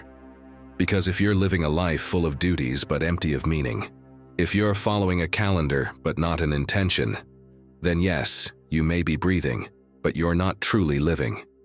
And that's when Stoicism speaks to you again. Freedom doesn't come from escaping the world around you. It comes from returning to yourself, through small acts, sacred time, presence, not to produce more, but to remember who you are. Pause, breathe, and ask yourself, what would you do today if no one expected anything from you? Maybe you'd paint. Maybe you'd walk with no destination. Maybe you'd just stare at the sky without needing to explain why. And you know what? That is living too. That is also courage. Because in a world that celebrates you for running, taking one moment just for you is an act of quiet rebellion. And no, I'm not saying you should abandon your responsibilities. I'm saying include yourself among them. Don't become a functional slave. Don't live by checking boxes and die in small installments. Want to start? Do something this week that serves no purpose except meaning. Don't wait for applause. Don't post it on Instagram. Don't explain it. Do it like someone watering an invisible plant. Because you need it. And if someone asks why, say, because I'm me. Do it for the child you once were, for the adult who got lost, for the soul that's still waiting for your attention. Because in the end, the greatest Stoic act of all is recognizing that you are worthy of your own care. Lesson 21. Start by being grateful for what you already have. When was the last time you truly said thank you? I'm not talking about that automatic thanks you throw at the waiter when they drop your coffee off, or the quick nod you give the driver who lets you cross the street. I mean real gratitude, the kind that stops you for a second and reminds you that something in your life is worth valuing. The strange thing is, most of the time we go through the whole day without thinking once about what we already have. And of course, when something hits us, all we can see is what we're missing. Imagine this. You walk into your usual cafe, the one where the coffee smells so strong it feels like a warm hug. Suddenly, between the clinking of plates and the buzz of conversation, you hear a familiar laugh. You look over and there they are, your group of friends, all together, sharing jokes, waving their hands with that familiar energy you know so well. But something feels off. No one told you. You walk over trying to force a smile, your heart pounding a little too hard. You ask why nobody said anything, and after an awkward silence, someone laughs and says, "Well, you're always in your own world. We figured you wouldn't care." And just like that, the coffee doesn't smell like anything anymore. The voices fade, the noise becomes distant. All that remains is that sentence, like a nail in your chest. You notice the looks, one drops to their cup, another gets lost in their phone. You don't need more answers. You feel like you don't belong. You walk out, and the cold air slaps your face, but what really hurts is inside. You get home, collapse on the couch, don't even turn on the lights. A thick sadness takes over. So heavy you don't even have the energy to make dinner or send a message. And right there, when the energy is gone, when sadness drags you under, that's when Stoicism becomes a lifeline. Marcus Aurelius wrote in his Meditations, "When you arise in the morning, think of what a privilege it is to be alive, to breathe, to think, to enjoy, to love." A man with all the power in the world, emperor of Rome, reminding himself daily of the simplest things. Because even he knew, without gratitude, the heart hardens and life becomes a burden. The key is to focus on what's already holding your life up, even if it seems small. That shift in focus can bring back strength on your darkest days. It's like that simple story of a farmer who was always heard saying, "Thank you, it could have been worse." One day he lost the mule he used to work his land, and everyone in the village thought it was a disaster. The neighbor, true to form, said the usual. The farmer was angry, but days later the mule came back, with 2 wild ones following behind. Suddenly, it didn't seem like such bad luck. Later, the farmer's son tried to tame one of the wild mules and broke his leg. Again, the neighbor repeated, "Thank you, it could have been worse." The father, fed up, couldn't see what good could come from that. But a few weeks later, war broke out and all the young men in the village were sent to the front, except his son, who stayed behind because of his injury. That broken leg, it saved his life, you see? What seems like a cruel blow can sometimes hide something you can't yet see. If you've ever thought that being grateful doesn't change anything, let me share something Robert Emmons discovered. He's one of the most respected psychologists studying gratitude. He ran an experiment where people wrote down 3 things they were grateful for over 10 weeks. The result? Their happiness levels went up. Depression symptoms went down. It's not magic, it's mental training. So next time you open your eyes in the morning, take a minute and write down 3 simple things. A roof over your head, a message from someone who cares, even the taste of that first sip of coffee. My friend, I want to give you a challenge, don't worry. It's not hard and it's not impossible to dodge. Today, before the day ends, tell someone, "Thanks for being there."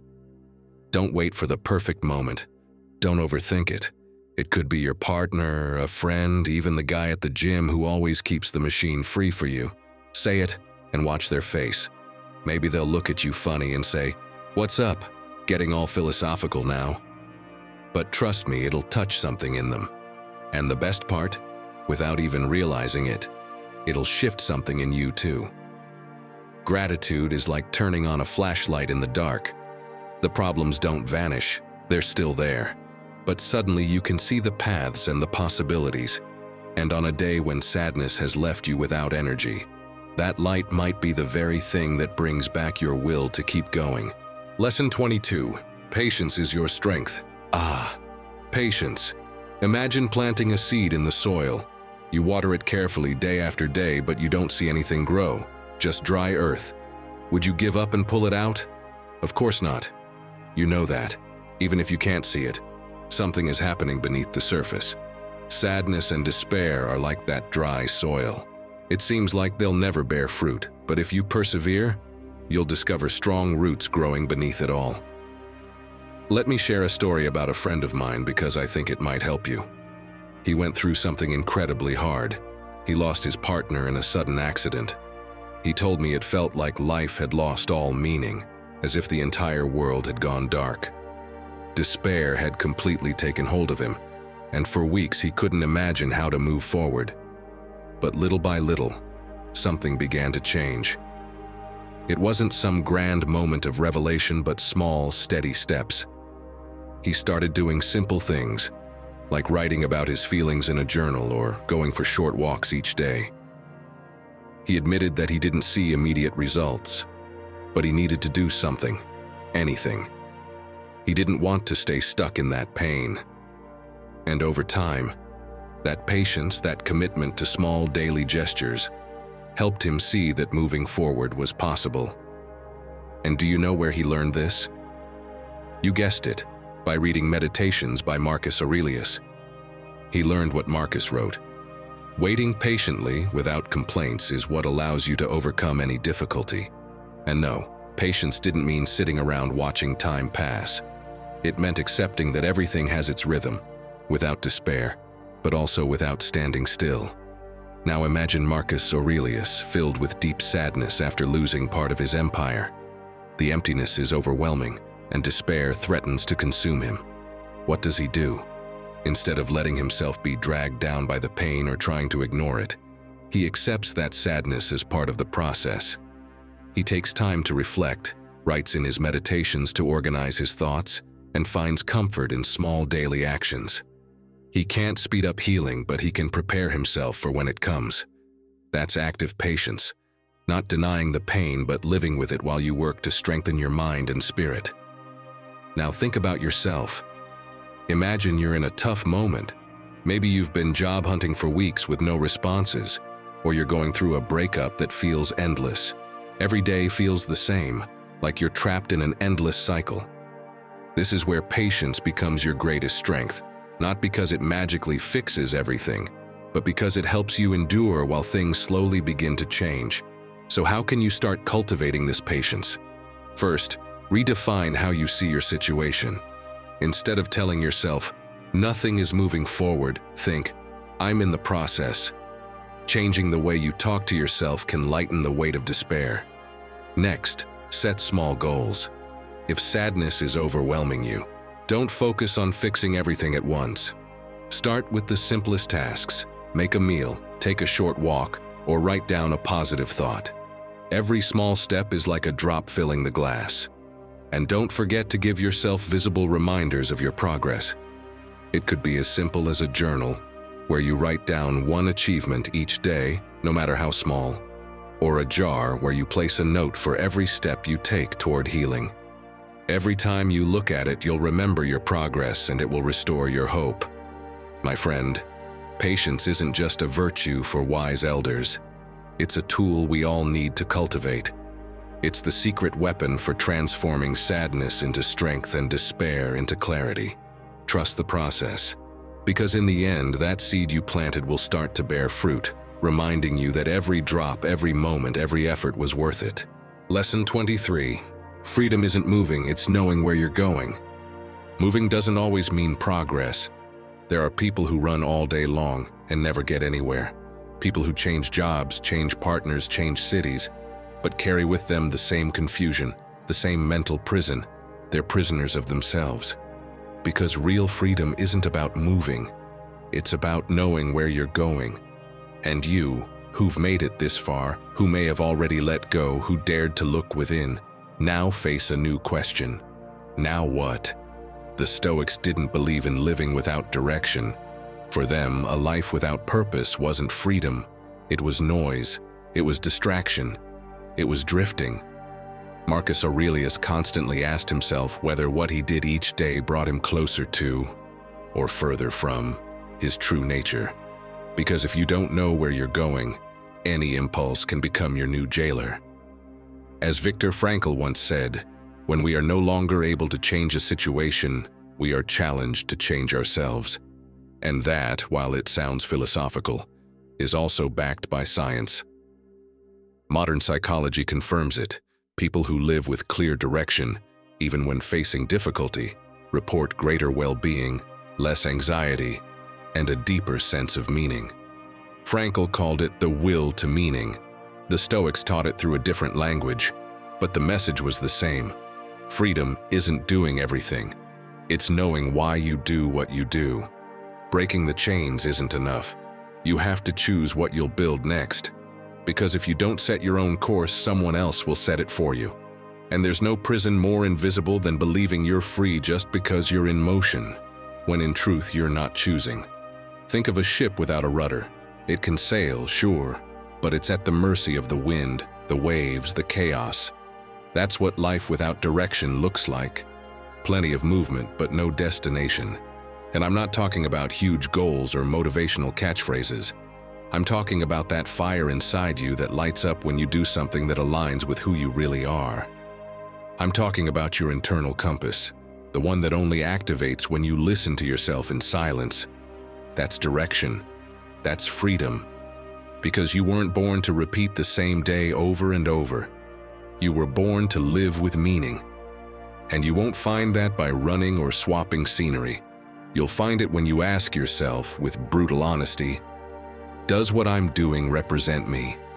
Does this life bring me closer to myself or take me further away?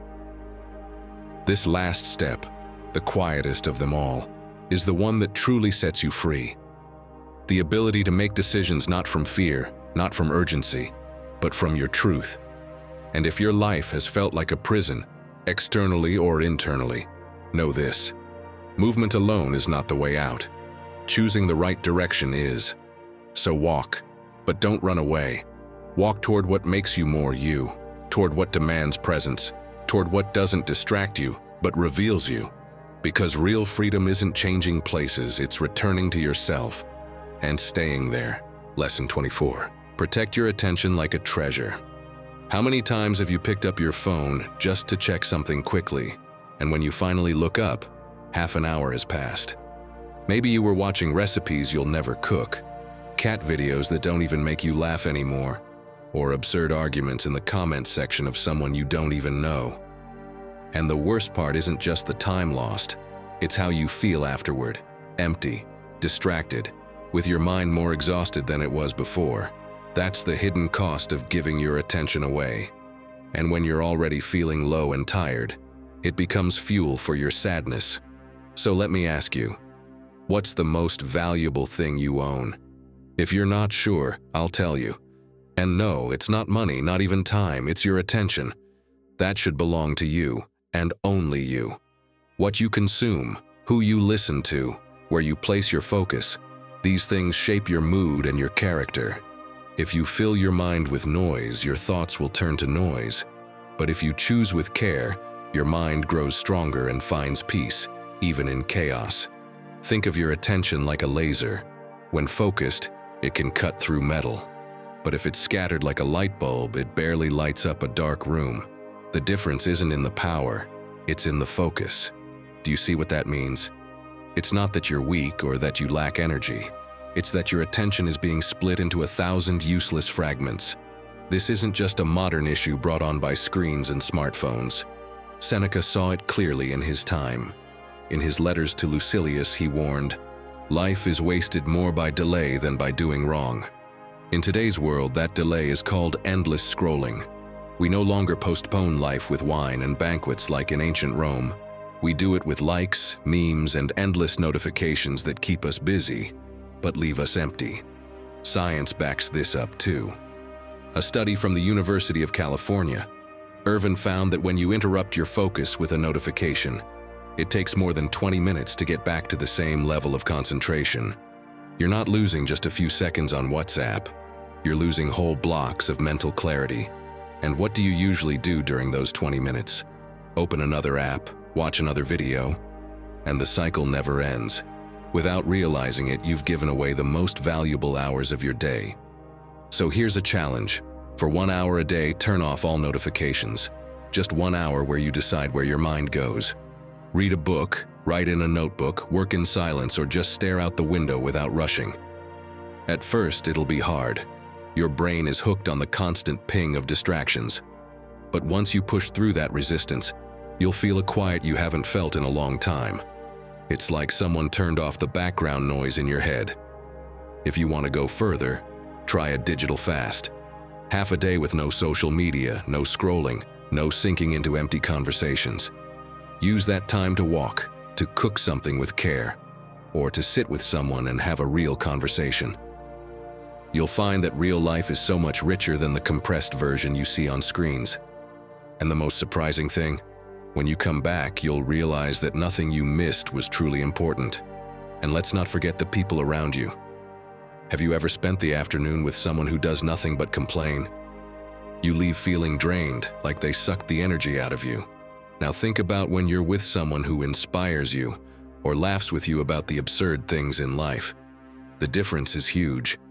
Because attention isn't just stolen by apps, it's also worn down by words and attitudes.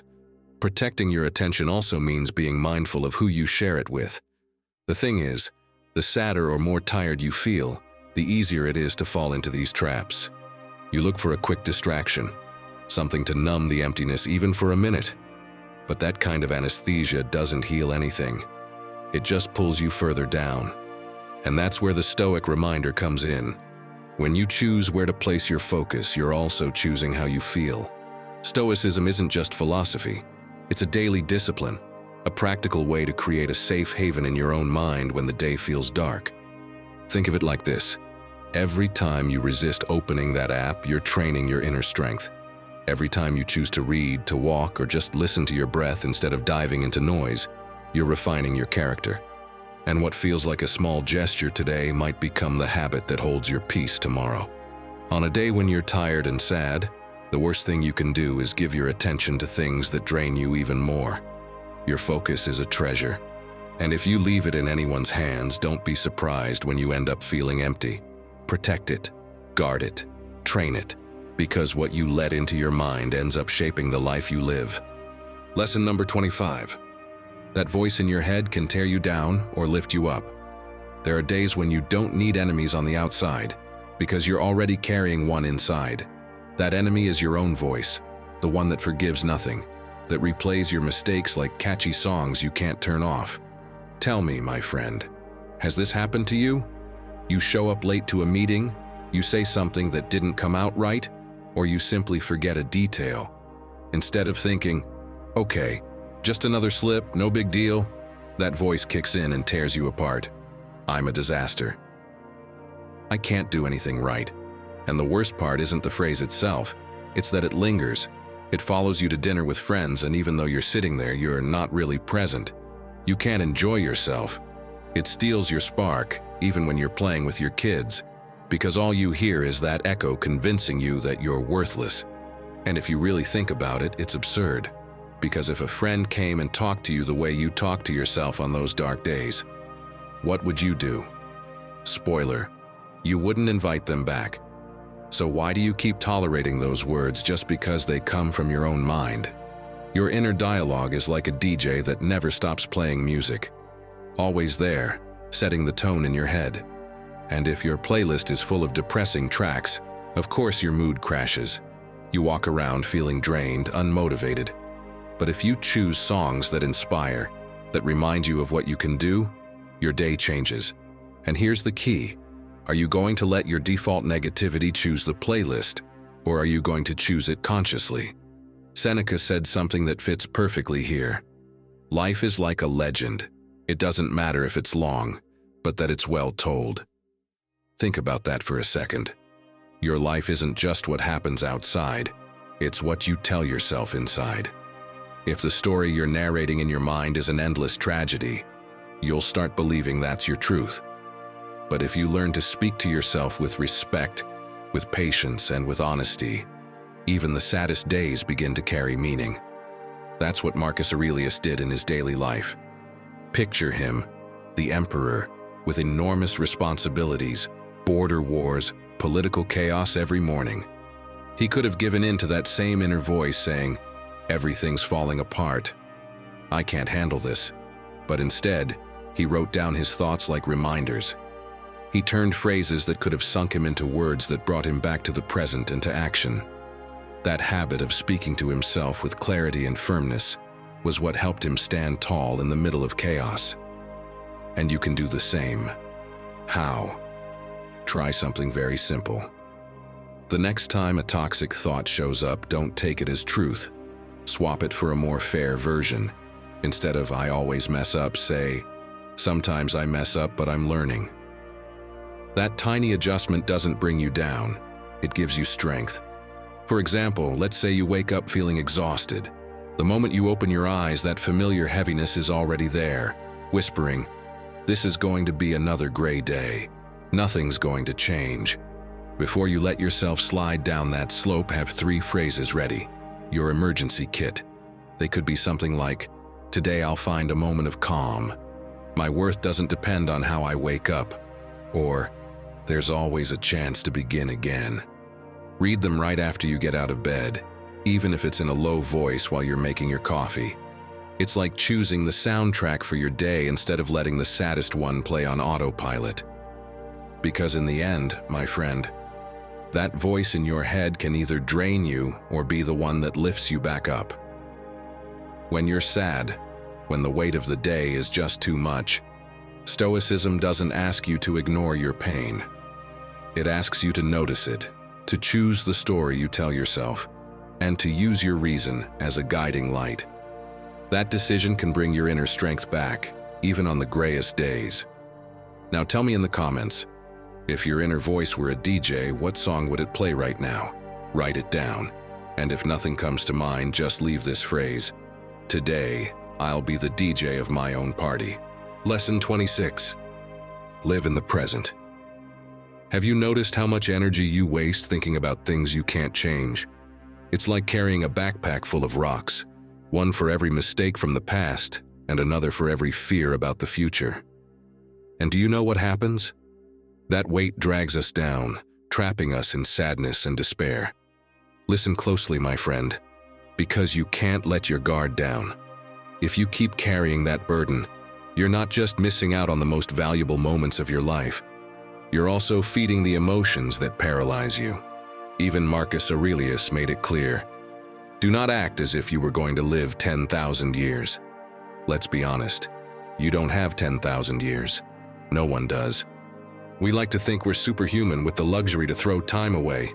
But beware, every minute you spend caught up in what was or what could be is another minute sadness and despair gain the upper hand. The good news? You can change that. You can return to the present, the only place where those emotions lose their power. The Stoics understood this perfectly. To them, the present wasn't just a moment. It was the only place where life happens. You couldn't live in the past because it's gone, nor in the future because it doesn't exist yet. Life is here, in what you're doing right now. If Marcus Aurelius were in your shoes, he wouldn't waste time dwelling on Friday's argument. He'd briefly reflect, learn something useful, and then focus on what truly matters: the now. Let me tell you about Bronnie Ware, an Australian nurse who spent years working with terminally ill patients. Bronnie wrote a book based on the regrets her patients shared in their final days. Do you know what one of the most common regrets was? I wish I had lived more in the present. They didn't say they wished for more money or success. Instead, they regretted spending so much time worrying about things that, in the end, didn't matter. Bronnie learned from them and decided to do something different. Focus on what she has, here and now. Do you see? By living in the present, Bronnie found a way to free herself from the weight of emotions she couldn't change. Now imagine this. It's Monday, and instead of enjoying your breakfast, you're replaying that argument you had on Friday. Or worse, you're stressing about how to solve something that hasn't even happened yet. The sadness of the past and the uncertainty of the future are teaming up to steal your day. But here's the key. The present is the only moment where you can change how you feel. When you focus on what you have now, those emotions lose their grip. The present has the power to bring back the calm and clarity you need. So, how can you start living in the present and overcome the sadness that weighs you down? It's simpler than you think. Whenever you notice your mind wandering to the past or the future, ask yourself this question: where am I right now? Literally describe the place you're in and what you're doing. For example, I'm sitting on the couch holding a warm cup of coffee. The sun is shining outside and I can hear the birds. This simple exercise is like planting your feet on the ground when your mind wants to drift toward things you can't control. Remember this: sadness and despair thrive on the fertile ground of what ifs and why didn't I? But when you choose to live only in the present, you close that door and find something far more valuable: peace, clarity, and strength. Lesson 27. Tomorrow never dies. Tomorrow never dies. And no, I'm not talking about the James Bond movie. I'm talking about that invisible enemy living in your mind, dressed up as hope. That perfect place where everything important always gets pushed. Tomorrow I'll start. Tomorrow I'll change. Tomorrow I'll be brave. Tomorrow I'll breathe. Tomorrow I'll live. But tomorrow is a trick.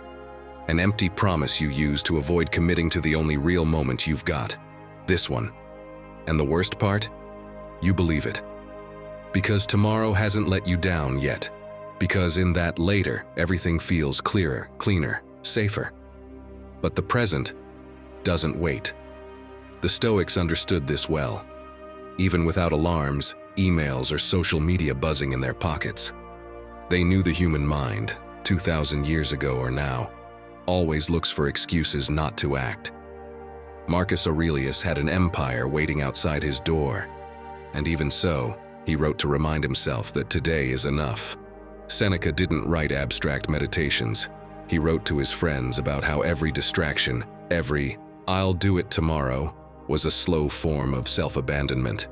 And Epictetus, in all his brutal clarity, put it simply, "How long are you going to wait before you demand the best from yourself? You don't need a robe or a candlelit room to apply that.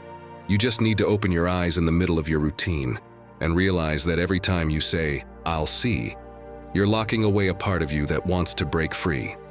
That message you never send, that decision you keep delaying, that step you know is right, but keep wrapping in polished excuses. The trap is subtle. It feels like you're thinking, but you're actually avoiding. And you know it. You just don't want to admit it. So you delay it another day." Marcus Aurelius knew this. That's why he wrote to himself like someone trying to wake up before falling asleep again. "Don't live as if you had 10,000 years. Death hovers over you. As long as you live, as long as you can, be good. And also, your life is fleeing. What you are living now is all you have. And you, who feel something isn't right, who live as if you're inside a cage of your own making, are you really going to keep believing that someday you'll be granted permission to truly live? Don't you see? Enough. This is about you, your life, all that you've been putting off behind well-written excuses, dreams held hostage by your own 'when I can.' How much longer will you postpone your freedom? You don't need more time, you need more decision. Ask yourself how many parts of you are waiting for something external to happen before you come alive. And what if that moment never comes? Because yes, tomorrow never dies. But while you keep feeding it, today fades away. Your body keeps moving, but your life goes numb. And that isn't living. That's postponing your existence with fancy words. Want a real Stoic act? Do it today. Even if it's not perfect. Even if you're scared. Even if you don't have it all figured out. Stoicism isn't for when you're ready, it's for when you're done living stuck. And you, who feel like a prisoner, can't you see that your prison is also built from tomorrow? From everything you say you'll do, but never do. From every broken promise you've made to yourself. Today is the day, not the special one, not the perfect one, the possible one.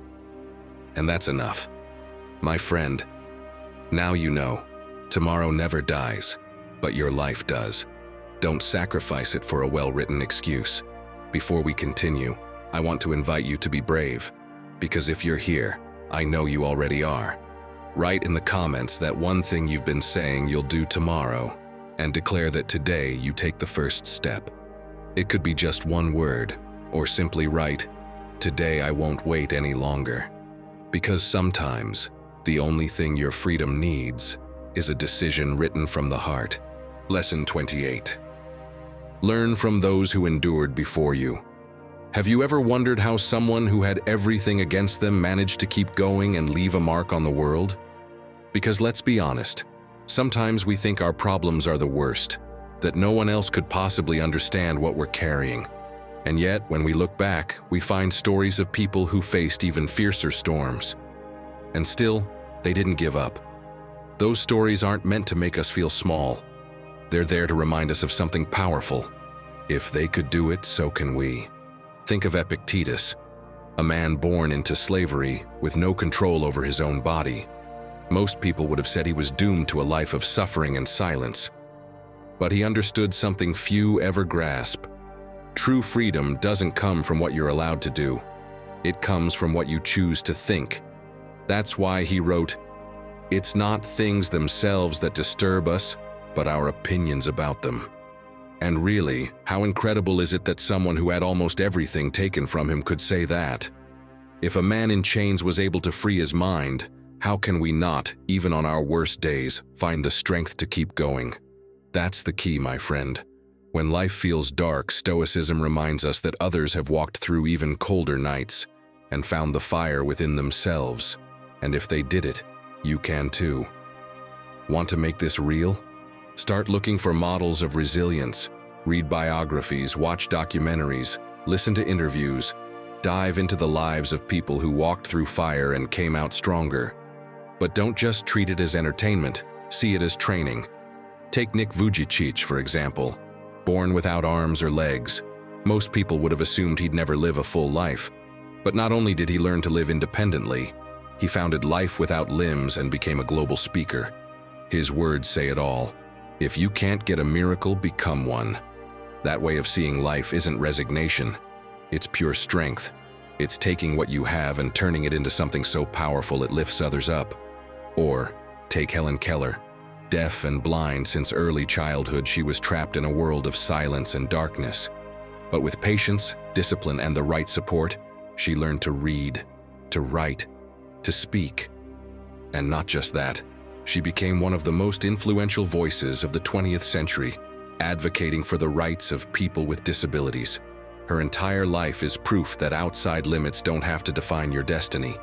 These aren't just stories to admire from afar. They're a practical manual for you. Because when you're feeling low, when it seems like you've got nothing left to give, remembering these lives gives you something essential. The certainty that you do have strength inside. You just need to call on it. Then take what you've learned and put it into your own habits. If Helen Keller moved forward with daily discipline, why not create your own ritual to remind yourself that you're stronger than you think? It could be writing 3 lines every morning about your goals. It could be training your body even when you don't feel like it. It could be something as simple as getting up when your mind begs you to stay in bed. Each gesture becomes a reminder that you too can endure. And here's something else. Don't forget your own story.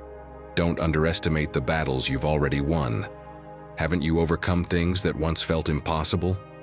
Write down 3 moments when you pulled through against the odds. Keep that list close. Because on your darkest days, reading it will be like switching on a flashlight in the middle of a storm. It'll remind you, you've been strong before and you can be strong again. The beautiful thing is, you're not alone. Resilience isn't some special gift for a chosen few. It's in you. It's in me. It's in all of us.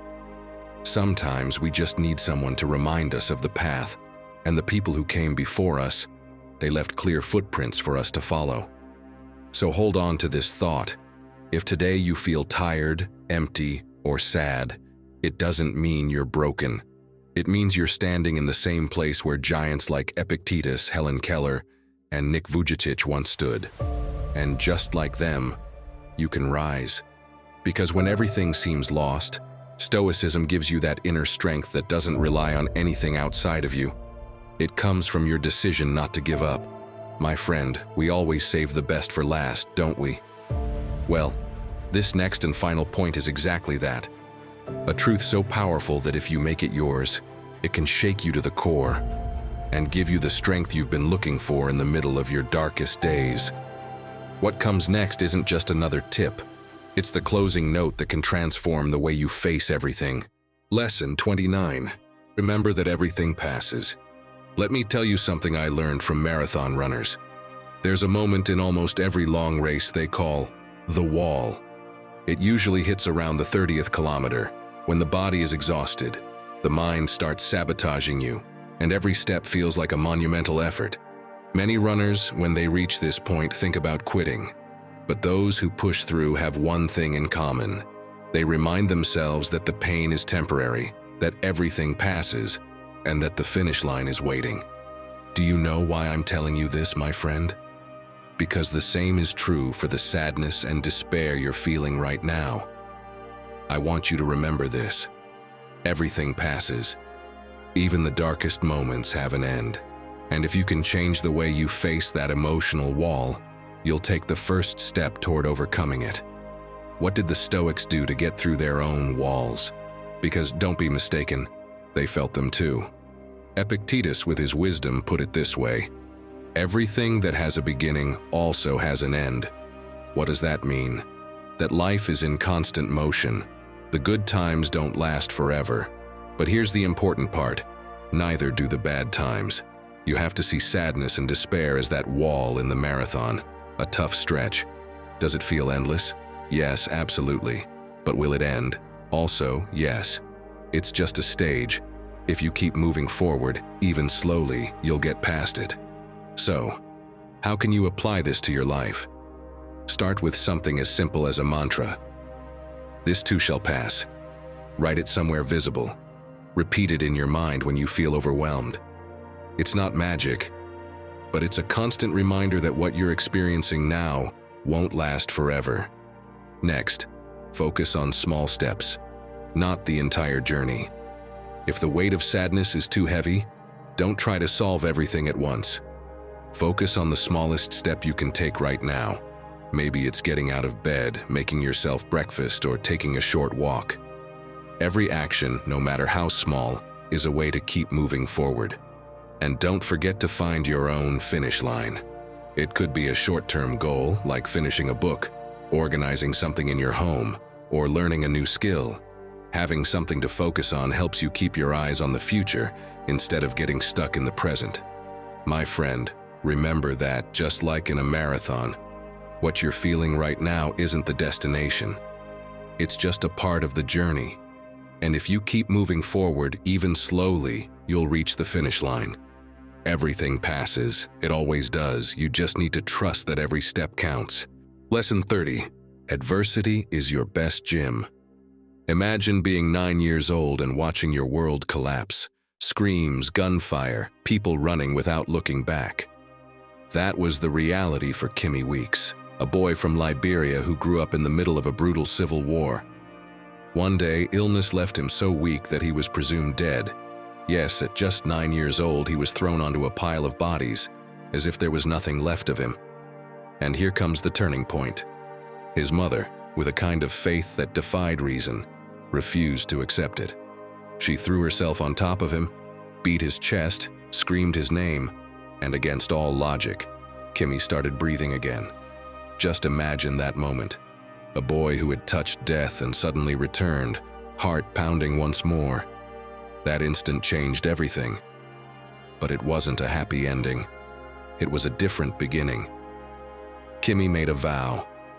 He would dedicate his life to helping children who suffered like he had. By 14, he was already leading campaigns to protect them. By 15, he convinced adults and international organizations to help disarm child soldiers. And when, at 17, the government came after him for speaking uncomfortable truths, he escaped in disguise, crossing borders in secret. What would you have done? Think about it. Most people in his place would have just begged for peace. Kimmy chose something else. He turned pain into fuel, adversity into training. His life proved what seemed like a curse became his strength. And that's exactly what Marcus Aurelius understood when he wrote, "What stands in the way becomes the way." A powerful phrase, but it comes to life when you hear stories like Kimmy's. Struggles aren't walls meant to block you. They're the material you use to build the bridge forward. What looks like a trap now might be the very thing that gives you the strength you'll need later. Pain works like invisible weights. If you never lift anything, your muscles waste away.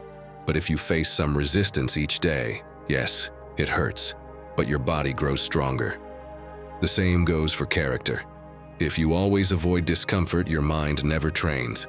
And when life drops unexpected weight on you, you won't be ready to carry it. Now, my friend, picture this. You finally decide to launch a personal project, something you've dreamed about for years. You go for it with excitement, you work hard, but things don't go as planned. Nobody replies to your emails, your proposal gets rejected, and when you finally land a meeting, you hear the dreaded "we'll think about it," which really means no. Your stomach knots up, doubts start swarming. What's the point? maybe I'm just not good enough. And that, right there, is when life's invisible gym shows up. In that moment, try something different. Instead of asking, why me? Ask, what is this trying to teach me? That single question changes your position. You're no longer a victim of bad luck. You're a student facing a challenge. Maybe the lesson is patience, maybe it's resilience, maybe it's just learning not to give up so quickly. Another thing you can do is treat difficulties like mini training sessions. If someone criticizes your idea today and it stings, treat it like a lightweight preparing you for bigger hits later on. Just like a muscle that goes through reps before it lifts the heavy bar, your character gets shaped in these small, everyday frictions. Here's something practical. Keep a journal of challenges overcome. Every week, write down one difficulty you got through. It can be something big, like facing rejection, or something small, like getting out of bed when you didn't want to. When you're feeling like you can't go on, open that journal. Remind yourself of what you've already survived. I promise, it'll give you the strength to keep going. In the end, adversity isn't your enemy. It's the coach you never asked for, but who always shows up right on time. The real question is, are you going to keep running from it, or are you going to step into the gym and train? Think about it, because what stands in your way today might just be the very path that takes you further than you ever imagined. I invite you to embrace every moment of your life, even the ones that seem the darkest. Let every experience, every challenge, be an opportunity to grow and find strength within yourself. Love your journey, because in every step, no matter how difficult, lies the chance to transform your story and build something greater. If you've made it this far, write in the comments, I embrace what life gives me, as a reminder that every challenge is an opportunity to grow. The fact that you've made it to the end says a lot about your commitment to yourself. And that's what builds real strength, day by day. Subscribe so you don't miss what's coming next. And if you know someone who needs this message, share it with them. Click the videos on screen and let's keep walking this path together.